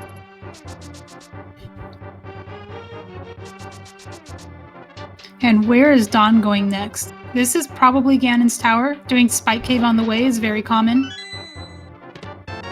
Yeah, looks like they're grabbing a few hearts, but they're gonna spin speed dash with the cape, get back out.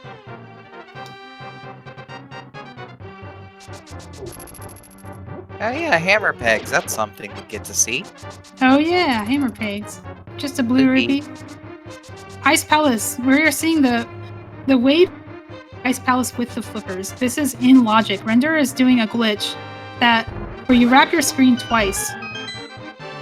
This thing that he's doing here, you see he's in the water. This is the reason you need the flippers. He is not doing it quite right. He's not supposed to be doing a down teleport here. He's supposed to be clipping into the corner of the wall instead of that second bump. That should wrap his screen. He is currently not wrapping the screen. There you go. So now he has wrapped his screen by dashing down. He's going to go back and he's going to do it again. This is going to wrap his screen a second time.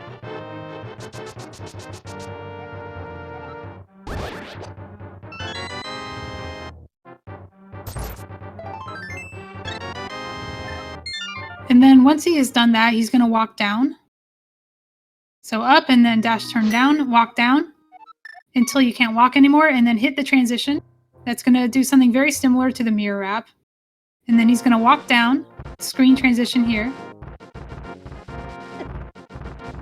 I wonder if he's looking at a guide right now. He does not have a mentor guiding him through this. Then he's going to walk up and he's going to look for the entrance of Ice Palace. He is actually inside of that caged area outside of Ice Palace. And there we go. We get a Fuchsia Ice Palace on his side.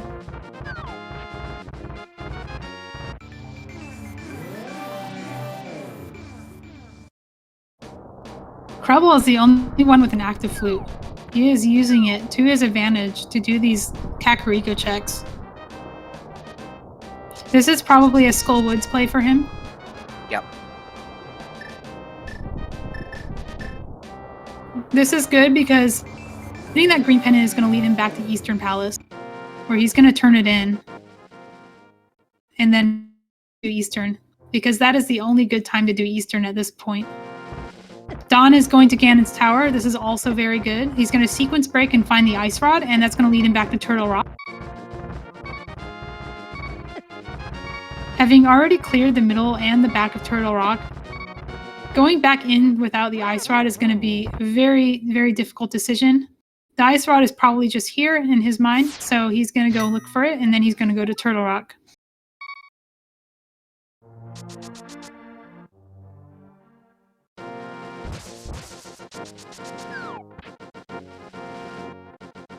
Dr. Bob has chosen to go to Pyramid Fairy. This is going to be good. This is going to lead him on track to find his hammer. I think this might also be probably close to last location for him. He does not have access to anything except Ice Palace, and Ice Palace is a little bit scary to do without the hammer because you can't full clear it.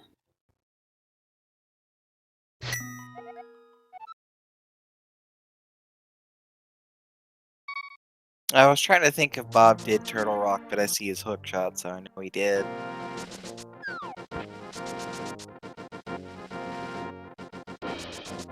Don is using red boom strats to get through this part of the dungeon. Throw the red boomerang, walk over, and it hits the switch. Yep. He's also making use of Quick Swap to prepare that bomb for a bomb jump he's about to do on this side.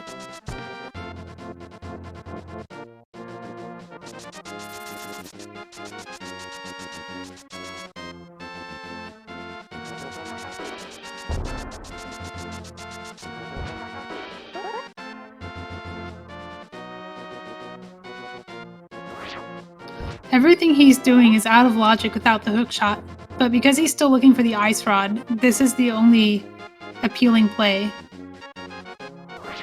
Yeah, and at least it does kind of lead him back to the hook shot. Yeah, when he finds the Ice Rod here, he's going to know that it can't be on Trinex. So hopefully he'll go into Turtle Rock and actually check the front chest as well, using that Ether Medallion to get in. So what'll happen is he'll fight Trinex, and Trinex is going to put him at the entrance of Turtle Rock. But he won't be able to exit, so he's going to have to mirror and then climb up the ladder and reactivate the hammer pegs to open that portal to get back to the Dark World. And since he's already done the middle, the fastest way to get to the front chest is to just use Ether and walk in.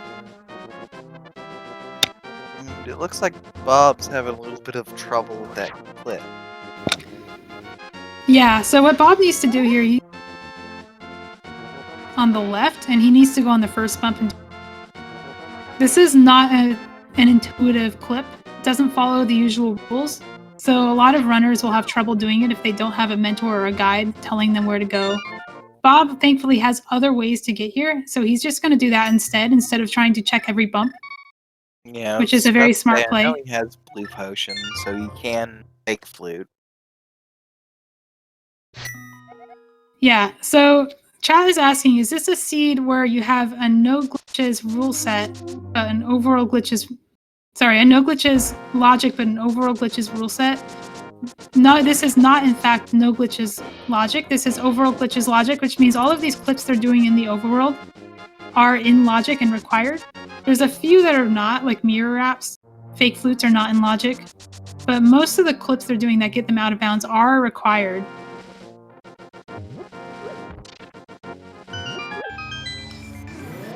It may seem overwhelming when you see all these different things. Actually, only a few tricks you have to learn. Everything else is just learning where to do them. and then learning maybe like what direction to tap after. It's a little bit of memorization. The actual skill to get out of bounds isn't really that hard. You know, a lot of these tricks are around on par with things like Icebreaker and Diver Down for difficulty. You know, once you learn them, they're just something you do by muscle memory. Some of them are very easy. Spin speed clips is no harder than just doing spin speed and holding diagonal into a wall. Mirror clips are just like use the mirror and then move down a little bit and bonk on the mirror and then move down a little bit. So those don't require any kind of precision either. The boots clips. Bat check. Our first bat check. Okay. That's surprising because some of these runners had access to Magic Bat for a long time, even without major glitches. So I'm surprised we're not seeing the bat until now. Oh wait, no, apparently Dawn did check it because they have Yeah, Dawn probably checked it with the Smith because he had the mirror and he was able to just drop right in there like you do in No Glitches. Crubble has finally made his way to Eastern Palace as predicted. Render is doing Spike Cave, which suggests to me that he is also going to Ganon's Tower, following that same path that Dawn took earlier. And Dawn is going to show us another mirror wrap. Keep an eye on him if you want to see that trick again. So he's going to do these little movements that put him on the correct pixel, buffer and upright, and that puts you diagonal down onto the right pixel. He's going to hit Y and direction at the same time, hit the transition from the wrong direction, and that's going to wrap him to the middle of the screen next door.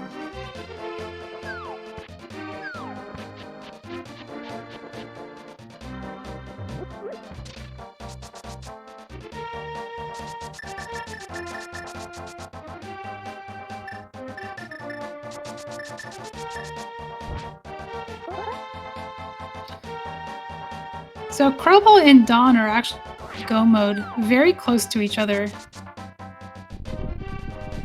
Both of them having... Dawn still needs a hook shot, though. Yeah, but he's going to fight Trinex, and that's going to put him at the front of Turtle Rock. That's going to put him right where Hookshot is. Whereas Crubble has to go to the back of Eastern and get those flippers. Assuming Dawn doesn't just save and quit out and skip the front of Turtle Rock, which would be disastrous for him. He's going to hit Go mode at around the same time, maybe a little bit later than Crubble.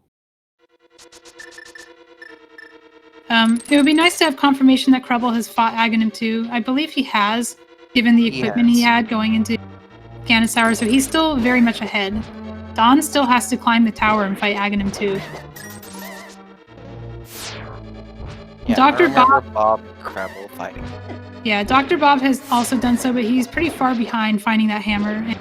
So he's gonna be a while before he finds any of those other progression items, especially the flippers, because that's just a pendant dungeon that he can do that he chose not to do. And none of the items he finds here are gonna lead him there.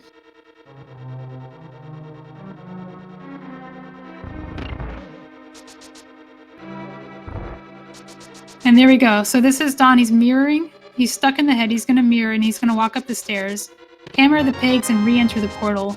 He's actually trying to mirror clip through it. I don't think you can actually do that. What he's trying to do is he's trying to get back into the front of Turtle Rock. If you hold the right direction when you exit Turtle Rock, that direction is down. So you hold down as you exit Turtle Rock from fighting Trinex. That'll actually push you out of collision and into the entrance. But he didn't do that, so he got stuck and has to go back up here and open Turtle Rock the normal way. Yeah, it's fair. And Crabble does have flippers, so it's now Go mode at 1 hour 43 minutes. Brown SW in chat, thank you. Dr. Bob does have the flippers. Has cleared Eastern Palace according to his tracker. Yep. So he just has to do all of those, kind of go to Ganon's Tower without the hook shot. Or with the hook shot. Which is probably the smart play to do. It's a lot of chests and he has logical access to it. He's going to find that Ice Rod and that's going to put him in Go mode. Render is also on that path that Dawn was on, where he's going in here without the hook shot and he's going to find the Ice Rod and that's going to lead him back to Turtle Rock to get the hook shot.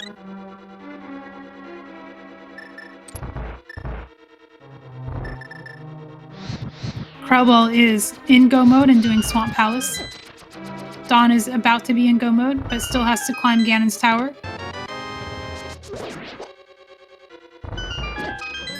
Crubble, having already climbed Ganon's Tower, is going to do a very quick Swamp Palace, and he's just going to walk to Ganon from here. This is going to be a very quick end for him.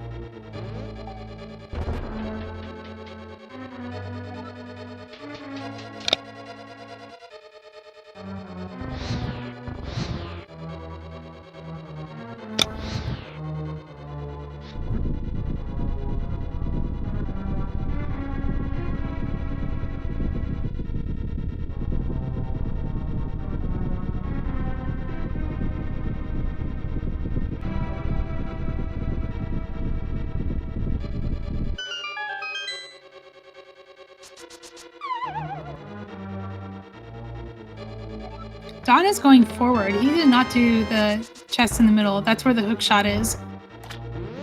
If Don had routed this differently coming in, he would have had that hook shot a long time ago. But he did not. He chose to guarantee access to the front as opposed to guarantee access to the middle, and having not found Rod yet, was not able to recover his keys necessary to do this part of the dungeon. So he's going to spend his last key here. And find the hook shot. And that's go mode. He is about 2 dungeons behind Krebel. 1 Ganon's Tower Climb and most of Swamp Palace.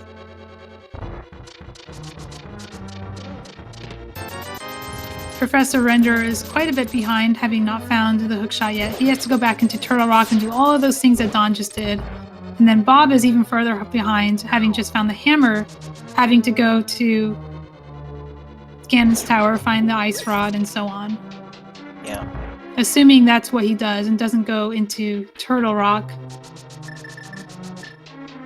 Oh, I think he already full cleared Turtle Rock because he has the hook shot. So he would just have to fight Trinex after finding the ice rod. Ganon's Tower is probably the best play for him, but he might choose to go to Ice Palace instead. That is a crystal he can full clear.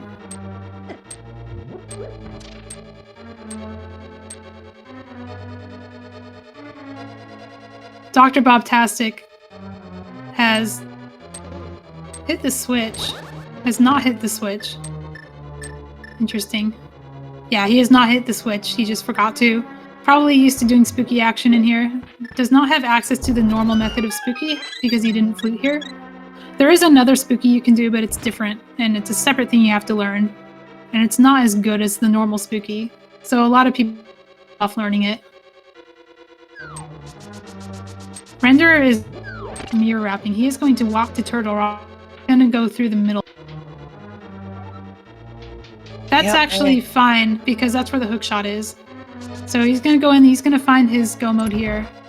And he's going to find his big key, and then he's going to go forward. And get to skip most of the chest and laser bridge and in the back. And Krebel's killed Argus, so it's just a hop and a skip over to the pyramid, and time to kill the big pig. Yep. I'm going to find his too little too late flute in Mimic Cave. That is probably not getting activated in this run on his end.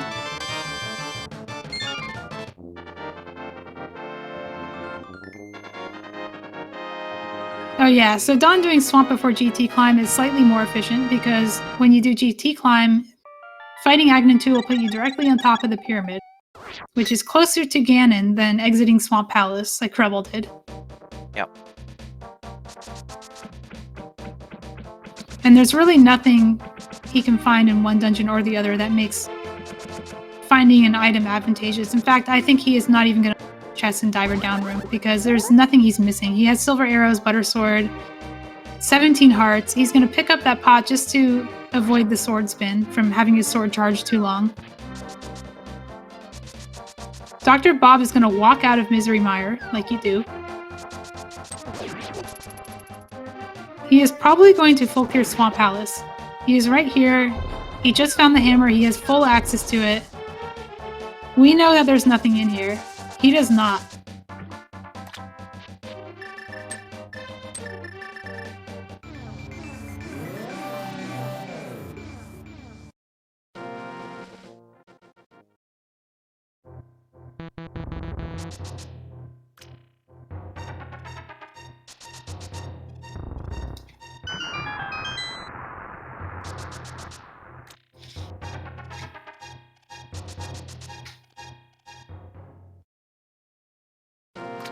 And Crapple's taken down Ganon. All he has to do is cross the most dangerous bridge in Hyrule, measuring 1 by 3 blocks. Can he do it? He's gonna touch his forehead to that sword like you do and walk backwards into the Triforce room. Good game, Crubble. GG's in chat. Crubble has finished 3rd place overall behind Orange and Error. Orange and Error are both experienced glitch runners. They're also both mentors in this tournament. So if you want to learn this mode, you can go into the Go Mode podcast and ask any of these people to help you out.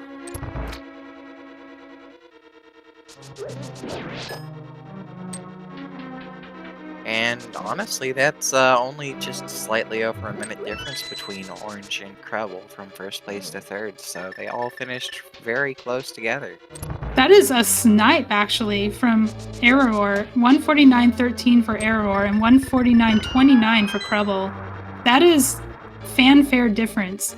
They were fighting and killing Ganon at the same time.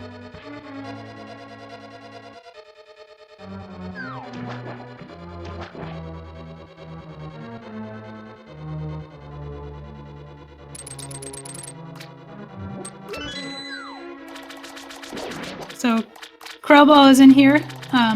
He's going to join us in the interview soon. Good game, Crowbo. GG's. How did you feel about that seed?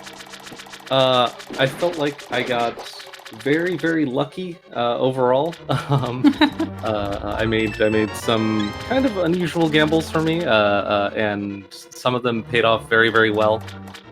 That's the closest I've ever come to beating Orange. That is very close. You sniped Error as well. Error was the runner who mentored Walther in the race yesterday against Don Venier. So also a very experienced glitch runner. Error beat me, actually. Yeah, Error beat you by seconds. You were doing your fanfare when he walked into the Triforce room. Yeah. So very close. Yeah, I'm very pleased with my time overall. Yeah, I actually felt really good about that overall.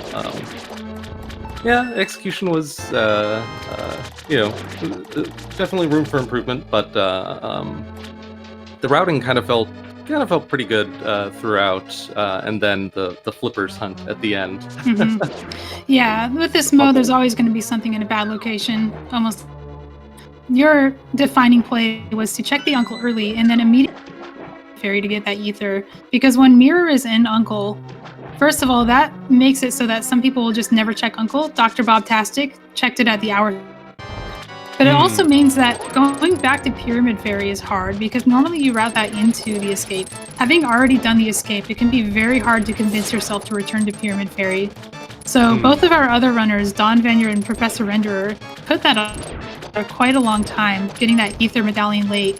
Ether Medallion led to the Hammer, which allowed you to clear certain dungeons in one trip instead of two. So I suspect they did what I was tempted to do myself, which was when I did choose to go to Uncle without Mirror, which is always a tough choice in this mode, and then found the Mirror there. I started to just kind of follow the train of thought I was already on, and I'm just going to go on to do the rest of Escape while I'm here. And then I thought, wait a minute, if I do that, then there's not really going to be a good time to come back and do Pyramid.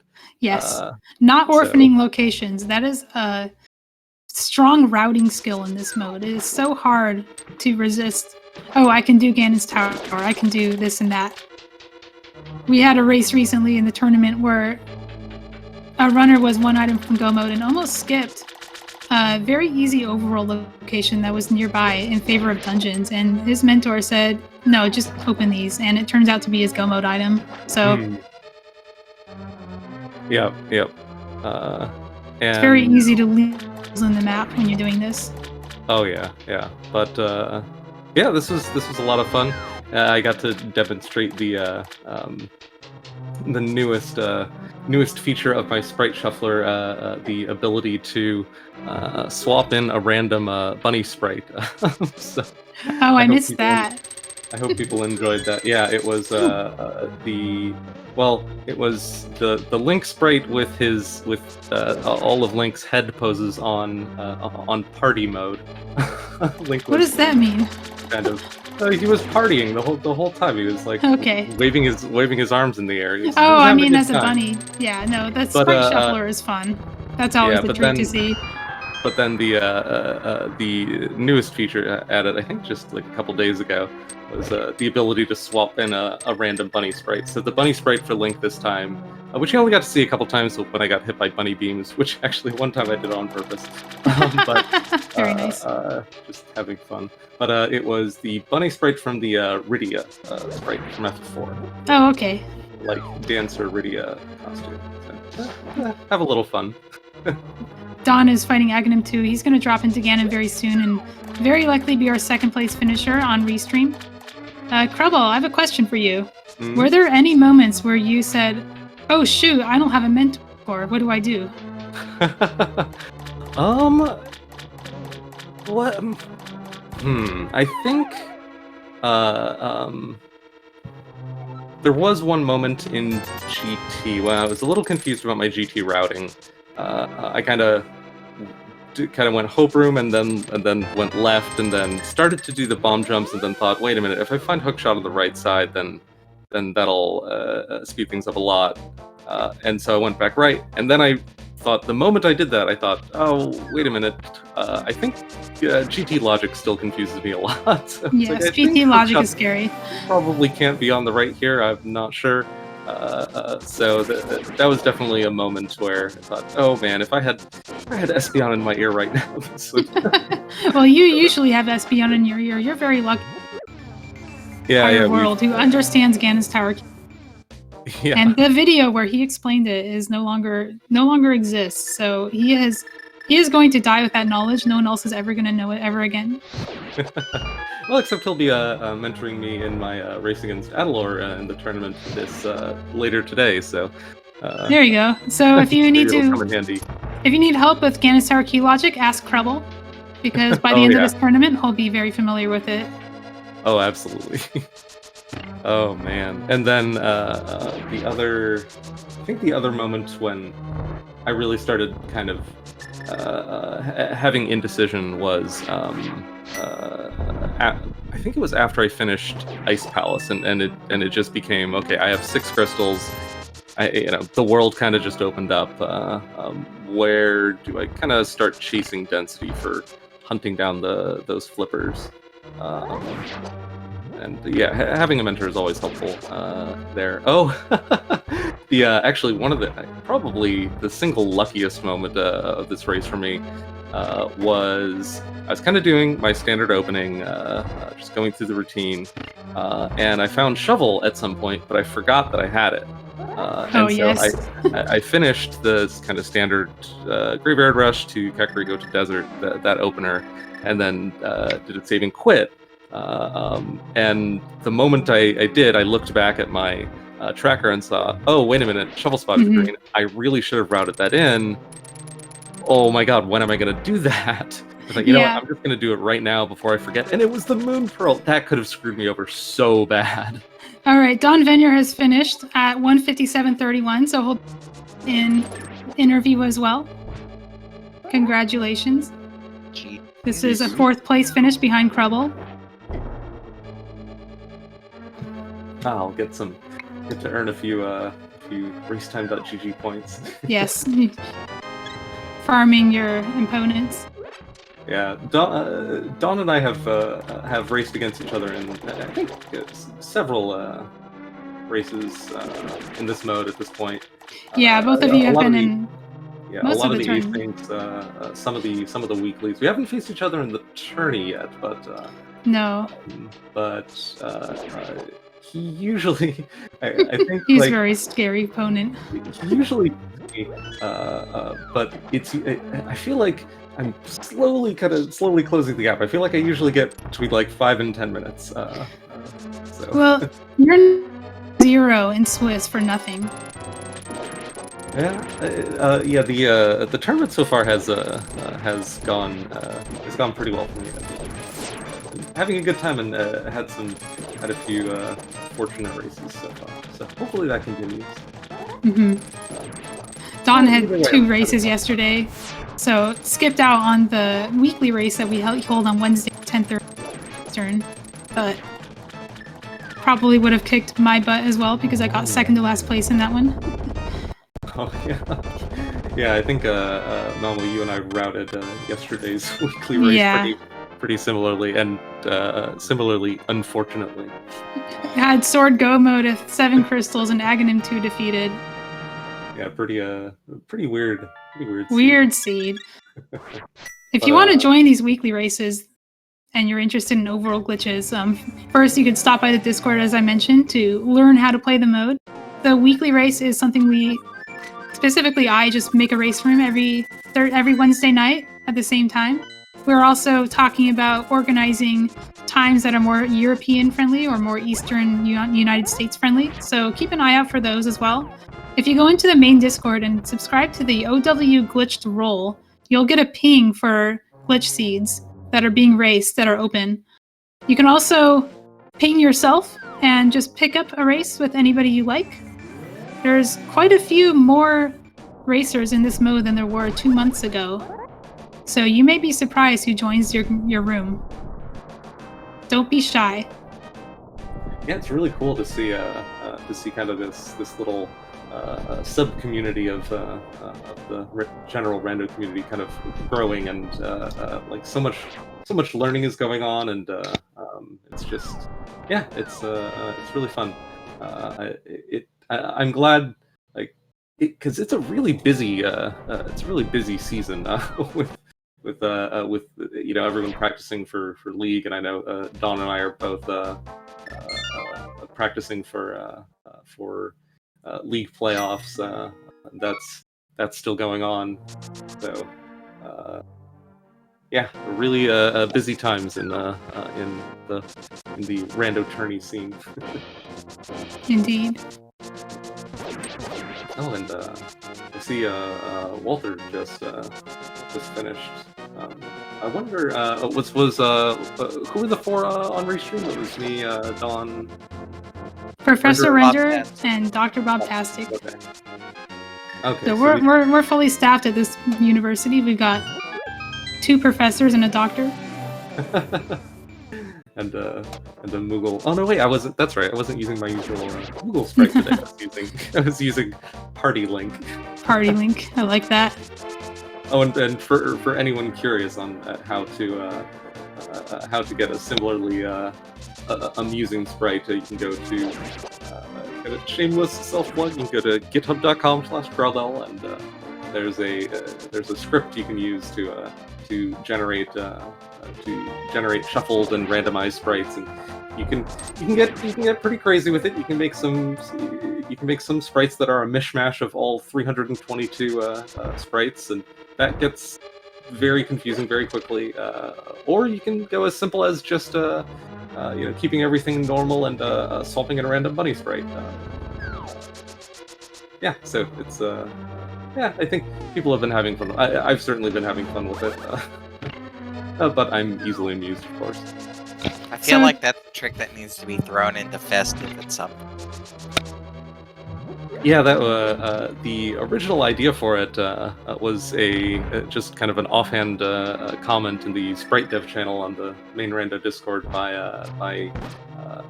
the admin and dev Synac, and he just mentioned, wouldn't it be funny if like Link had randomized animations?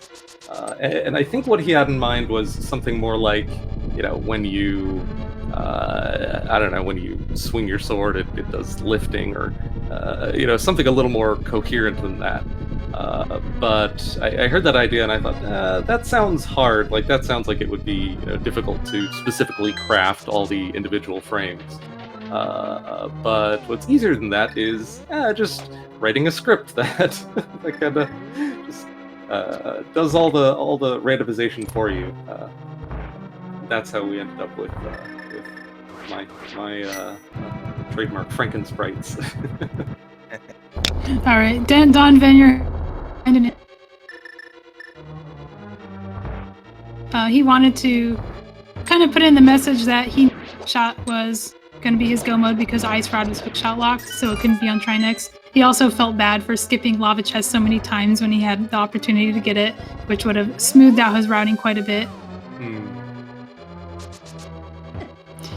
Oh, did he dip Turtle Rock like earlier? Yeah, so what happened to him is he went to Turtle Rock without the... Did that thing where you steal a key to guarantee access to the front. But because the other keys were locked behind fire, he wasn't able to refund that key to check the lava chest. Until he went to the bridge and got another key, and by then he was already so far away from it that it didn't make sense to return to it. Oh man, I was actually really, really tempted to do that exact same thing because when I first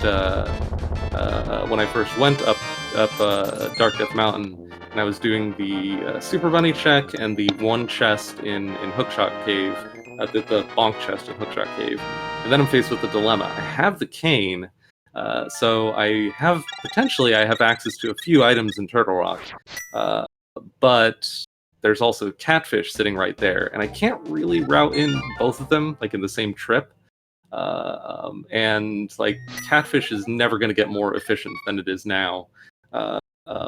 But Turtle Rock, if I put that off, then it doesn't take that long to get back to, and it could be a lot more efficient coming back to it later. But I was really, really tempted to dip it then because potentially more items. So yeah, I think I got lucky with that decision. Professor Render is frozen, but he is in go mode, so I can only imagine he'll be finishing very soon. Yeah, you definitely made a lot of good routing choices, Grubble.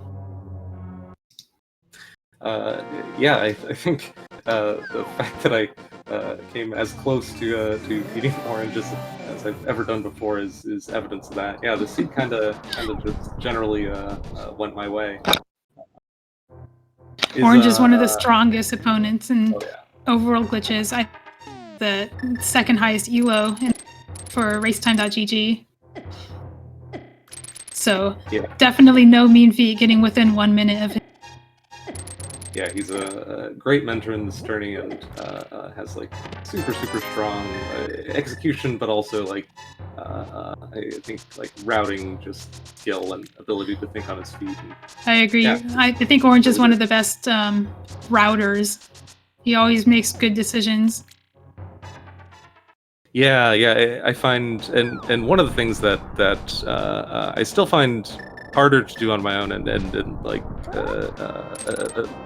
you were asking earlier of where do I find mentors being the most useful, and a lot of it is just kind of making the density decisions, like on the fly. It's okay, none of my dungeons are full green here, so do I go Dark Death Mountain without hookshot, or do I go I dip Ganon's Tower for partial access there? When you have all of these like bad decisions and you have to choose amongst the least bad decision, which one has the highest density, that kind of calculation I feel like Orange is really, really good at. Yeah. How's Dr. Bobtastic doing? He is in GT right now, doing left side to get his Ice Rod and Silver Arrows. Yeah, and he already has the hook shot, so he's doing this in logic.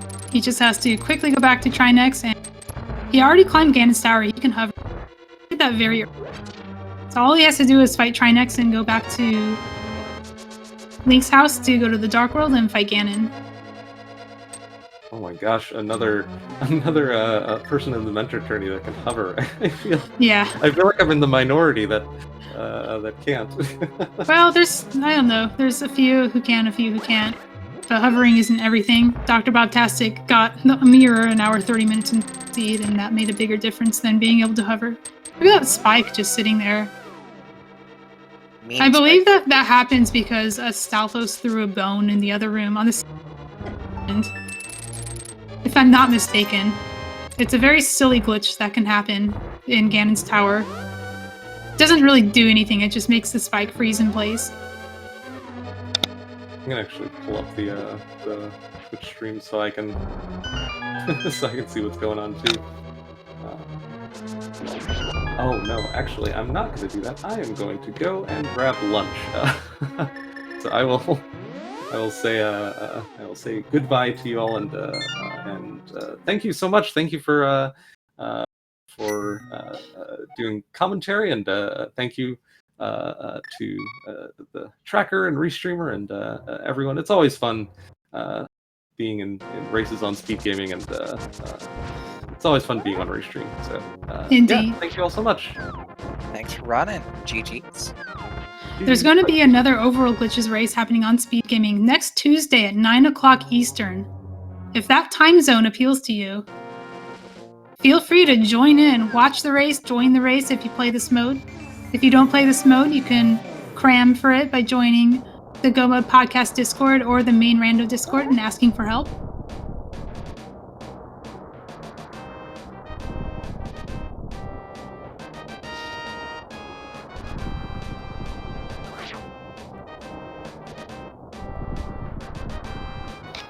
Dr. Bobtastic is going to go through the middle. I don't know if he actually knows the mirror, so he's gonna manually line up a mirror. This is kind of an old setup you can do. The inputs are a little bit different, but it still works if you know what you're doing. He has bombed himself onto the edge of the screen. Although I'm not sure if this is actually the edge of the screen. Yeah, he's gonna hit mirror on the same frame, but I think he's not actually screen. I think he got bombed diagonally to the floor. So he's gonna have to try that again.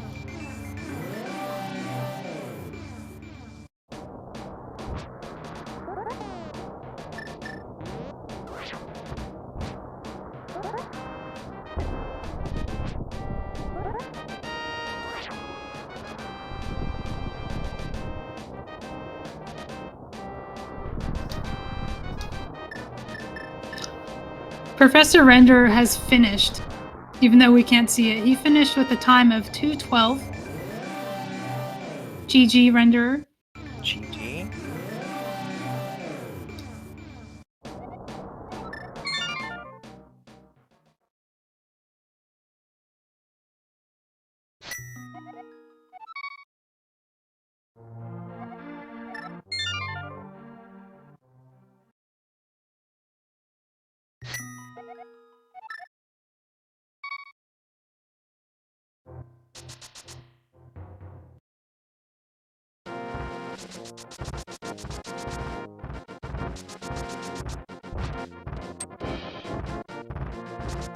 Dr. Bob is gonna climb. He's gonna go to Turtle Rock from the middle. He's gonna actually hookshot across like you do in a normal game. Use that portal to get back up.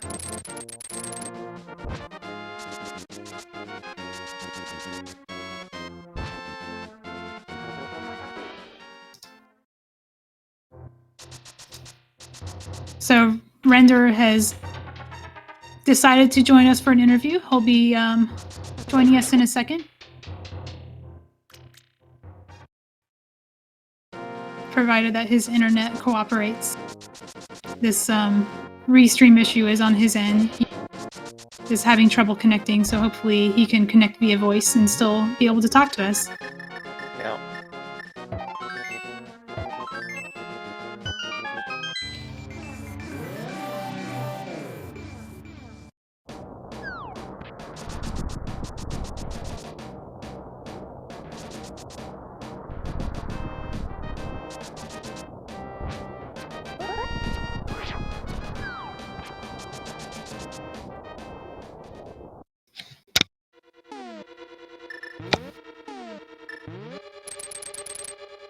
Alright.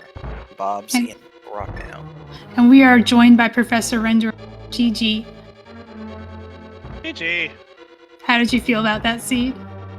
Honestly, I didn't have any. I had pretty bad routing decisions. That kind of just what was my downfall, really. The seed, like near the end, was pretty bad. Let's be honest. Yeah. Just I had a feeling earlier, like when I got the ice rod, that I pretty much logically deduced that it had to be either within it had to be within either Turtle Rock or like somewhere else. So I went for Turtle Rock because I was like, well, oh wait, I was going to go to Swamp. Wait, no, or not, wherever I was going. I think I don't forget where I was going, but said let's go to Turtle Rock. Just and lo and behold, yeah, that was where it was. So, in the more logical sense, if I had the hook shot, obviously it wouldn't have us to do a second GT card. That would have been a lot obvious. But I didn't want to go into Turtle Rock knowing that I would probably be without an ice rod, because ice rods are pretty bad. Yeah. So, I figured, well, since I already have my hammer, I may as well go into GT. And again, it's a pretty bad spot. I was like, well, there it is. That means to put that pretty bad. I pulled pad, which didn't feel good, honestly. I mean, although to be fair, the intended layout was nice enough to point towards pad. You are not the only person who pulled pedestal blind. Don Venure also did. That makes sense. Yeah. It was really common for people. I think the big decider in this race was how early did you do the uncle, and when you found that pyramid fairy, that is what decided the race for Krelbel. He got the hammer very early, having found ether. Several others chose to do uncle early, but didn't follow that mirror right away. And Fantastic waited an hour and a half before checking at all. Huh. Yeah, and that makes sense because given the fact that at least the mirror was really nice, because that way you could actually do the mirror offset, the pyramid fairy mirror offset, while you're doing on your way. It was kind of those weird case where if you wanted to do you really wanted to do you really want to do the pyramid offset, yeah, but then you're just like, no mirror. It's like, well, where am I gonna find this mirror if I really want to do pyramid offset? Yeah, they orphan each other. That's what happens when those locations orphan each other, because for mirror to do one, and then you only do the other when you haven't done the escape yet, or when you have run out of things to do, because it is just 2 checks and it takes a long time to do. Yeah, and that's basically that. It doesn't feel good. So I was like, well, if I have to get a quick shot, I may as well just go over to the castle, because if I cannot find my mirror, I have it's not fun. Yeah, this is mirror in Uncle is the capital B bad location. And doing Uncle that early, like Krelbel did it at half an hour in this mode, that is considered a gamble. That is a meta play. You are doing that because you know you're probably not going to. And that is how you get ahead in the seed, is going there early and finding the mirror. Dr. Bobtastic has entered Ganon fight. He's going to be finishing shortly as well. Yeah, and most of the time, like you mentioned, most of the time, when you go to the castle, you do it pretty later on. Like if you go early, it's a like you say, it's a gamble.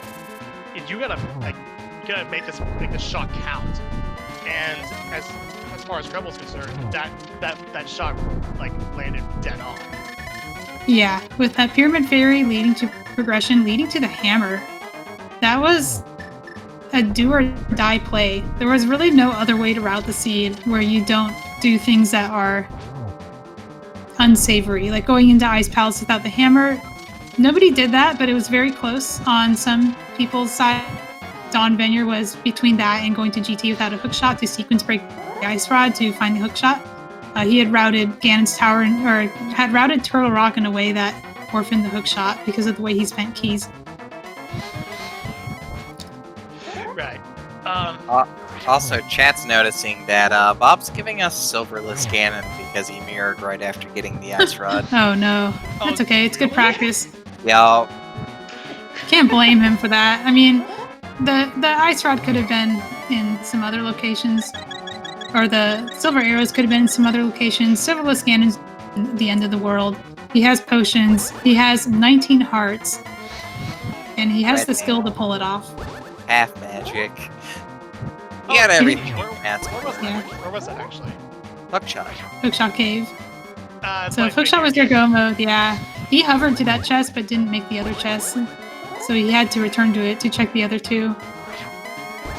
Yeah, that makes sense. I had a feeling that it was gonna be in Hookshot Cave. If it was either gonna be that or the Thieves Town Big Chest or Swamp Palace, really. Now he's doing a no torch glitch fight. This is not really the worst thing in the world. If you time your torches correctly, you can get doubles every time. It is slow. He has enough potions and enough magic to do this fight without worrying about running out of magic. He also has the lamp to put back on.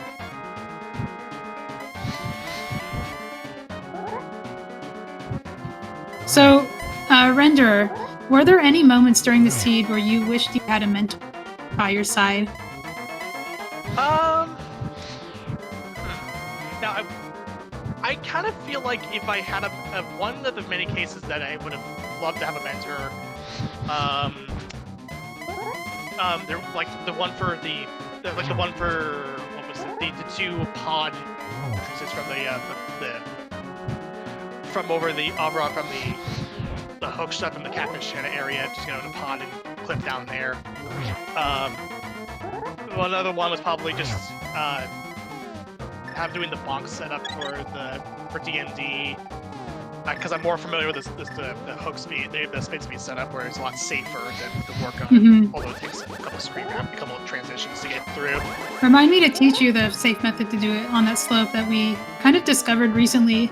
It's a variation of the one frame clip bunny death mountain descent, but you do it without one frame clips. You just clip to the same spot with your boots and you can walk straight down and not hard lock. That's going to be something we're going to be learning for the randomized swords bracket stage. And Dr. Bobtastic has defeated Ganon. He is about to walk into the Triforce room and he'll be joining us in chat shortly. GG. GG's to him. I was playing later today against Nicolas. So if you want to catch more Overworld glitches, there's going to be... It probably won't get restreamed because we have a limited number of restreamers, but we often do vodcasts of it, which means that we play their VOD and commentate it as if it were live. So keep an eye on that Go Mode Podcast Discord. We post those vodcasts. They're going to be on Twitch as well that you can watch later. But yeah, overall the seat wasn't the seat didn't really pan out really as well as I hoped it was. Especially for somebody who's new to playing OWG as myself, and which, by the way, I love OWG. It's like I said this in the race room beforehand, but I don't think I could ever go back to NMG after It's hard. getting myself wet with OWG. It's a slippery slope. Next thing you know, you're going to be playing major glitches, no logic. You're going to be dungeon speedrun. You're not going to be able to go back. Yeah, it's fun. We are joined in chat by Dr. Bobtastic. Good game. Yeah, that was a thing. How do you feel about that uncle? The hour 30-minute uncle leading to the mirror. Look, that's the rule. You're not supposed to go there without the mirror. No, that's the point. The rule is That if is it's true. an hour, That is if an hour has passed and you haven't found the mirror yet, you do uncle, because sometimes the uncle just has the mirror. Well, not when you've got a million other plays to That's do. fair. Mirror at uncle is a really bad location. It's going to hurt somebody in any given race. It is hard to convince yourself to go there. And even harder to go immediately to the Pyramid Fairy after having just orphaned it by checking the escape. Yeah, well, I mean, that was my next idea, I think, basically, because I was out of most other things at that point. It was that or go to Swamp, which seems like a dumb idea. And it was. Yeah, I mean, it wasn't really the worst. One thing you probably could have figured out is the hookshot logic for Ganon's Tower. It was locking the ice rod. Yeah. So if you were looking for hookshot, you know that it can't be on try next. But depending on what order you find your items in and what you're looking for, that doesn't necessarily help you at all. Well, I found the ice rod last, so how am I going to know? Ice rod can be anywhere. When you find the hammer, you've got 2 crystal dungeons, and you've already done Ganon's Tower on the other side. hard to convince yourself to go back there. Yeah, that was my thing. I'm like, it's probably in Ganon's Tower, was what my brain was saying.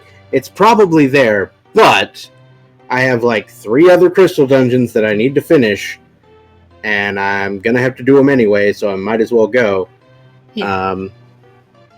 Yeah. So how do you feel about this race coming up later? You're going to be playing in the Swiss round 3.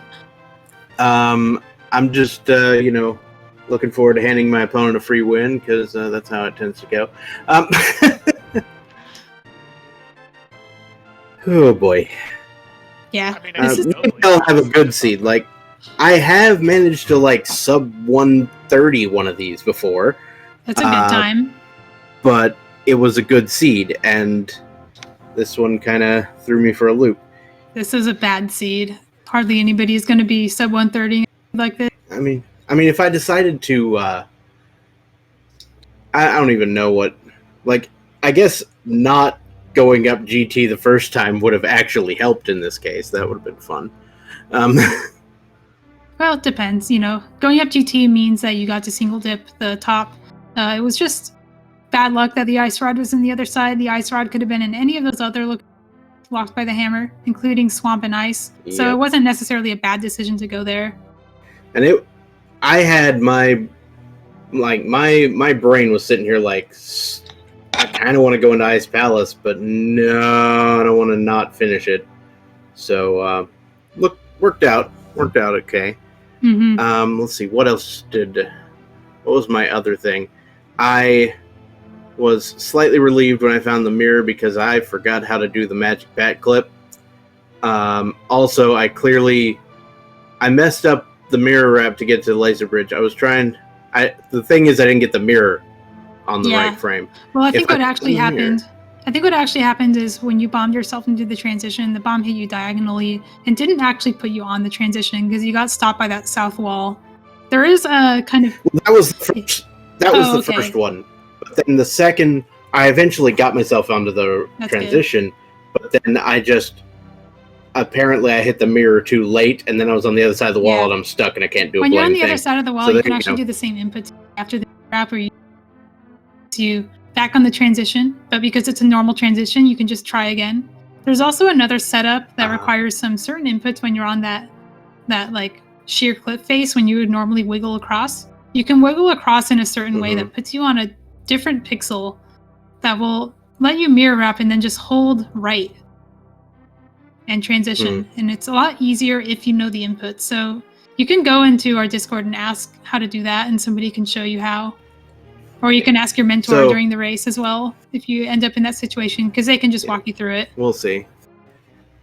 So we did this whole... I remember there was during the week before this, there was a couple of streams that Espion did where he did a bunch of these things, and he forgot to highlight them. I know, I'm sad. Yeah, I heard I'm about very that, sad. which is unfortunate.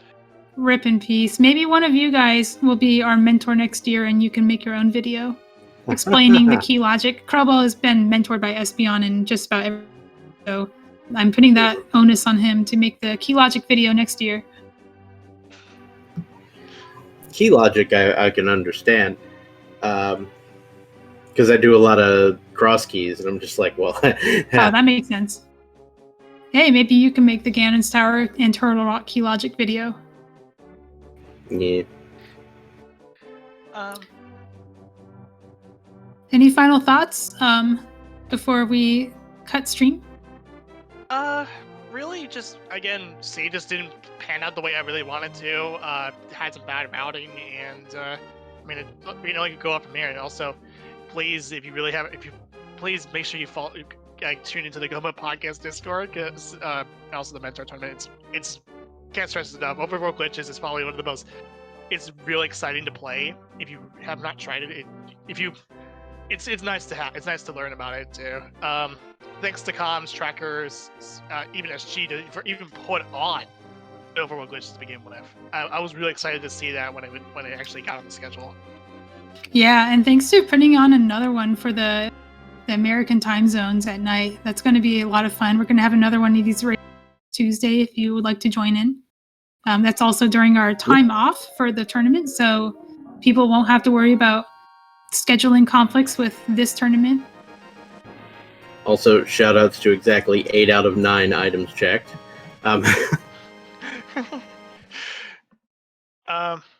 Yeah, I got some stuff to do. Probably gonna fix up what the heck happened in my stream. But take it easy, everybody, and then I'll be having a nice day. All right, good night. Thanks. See y'all later. Peace.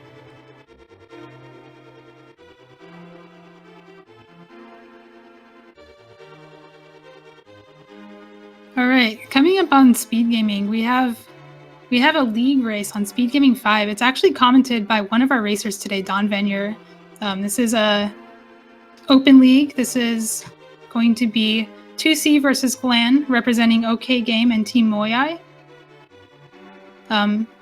If Poseidon is aware of any other upcoming matches, you can fill us in here. I went ahead and tossed up the schedule for just any and all speed gaming needs or wants. Check the schedule there. I know there's the SNES Superstars event still going on. And I know there's Super Mario Land 2, Super Mario Galaxy 2 later on this afternoon. Actually, right now. Yeah, just for all your speed gaming needs, make sure you follow all the channels, but definitely make sure to give the runners some love if you like following them, like watching what they do, and as well as our trackers, Maddie Walkert and Professor Pixie. All of our links are in chat.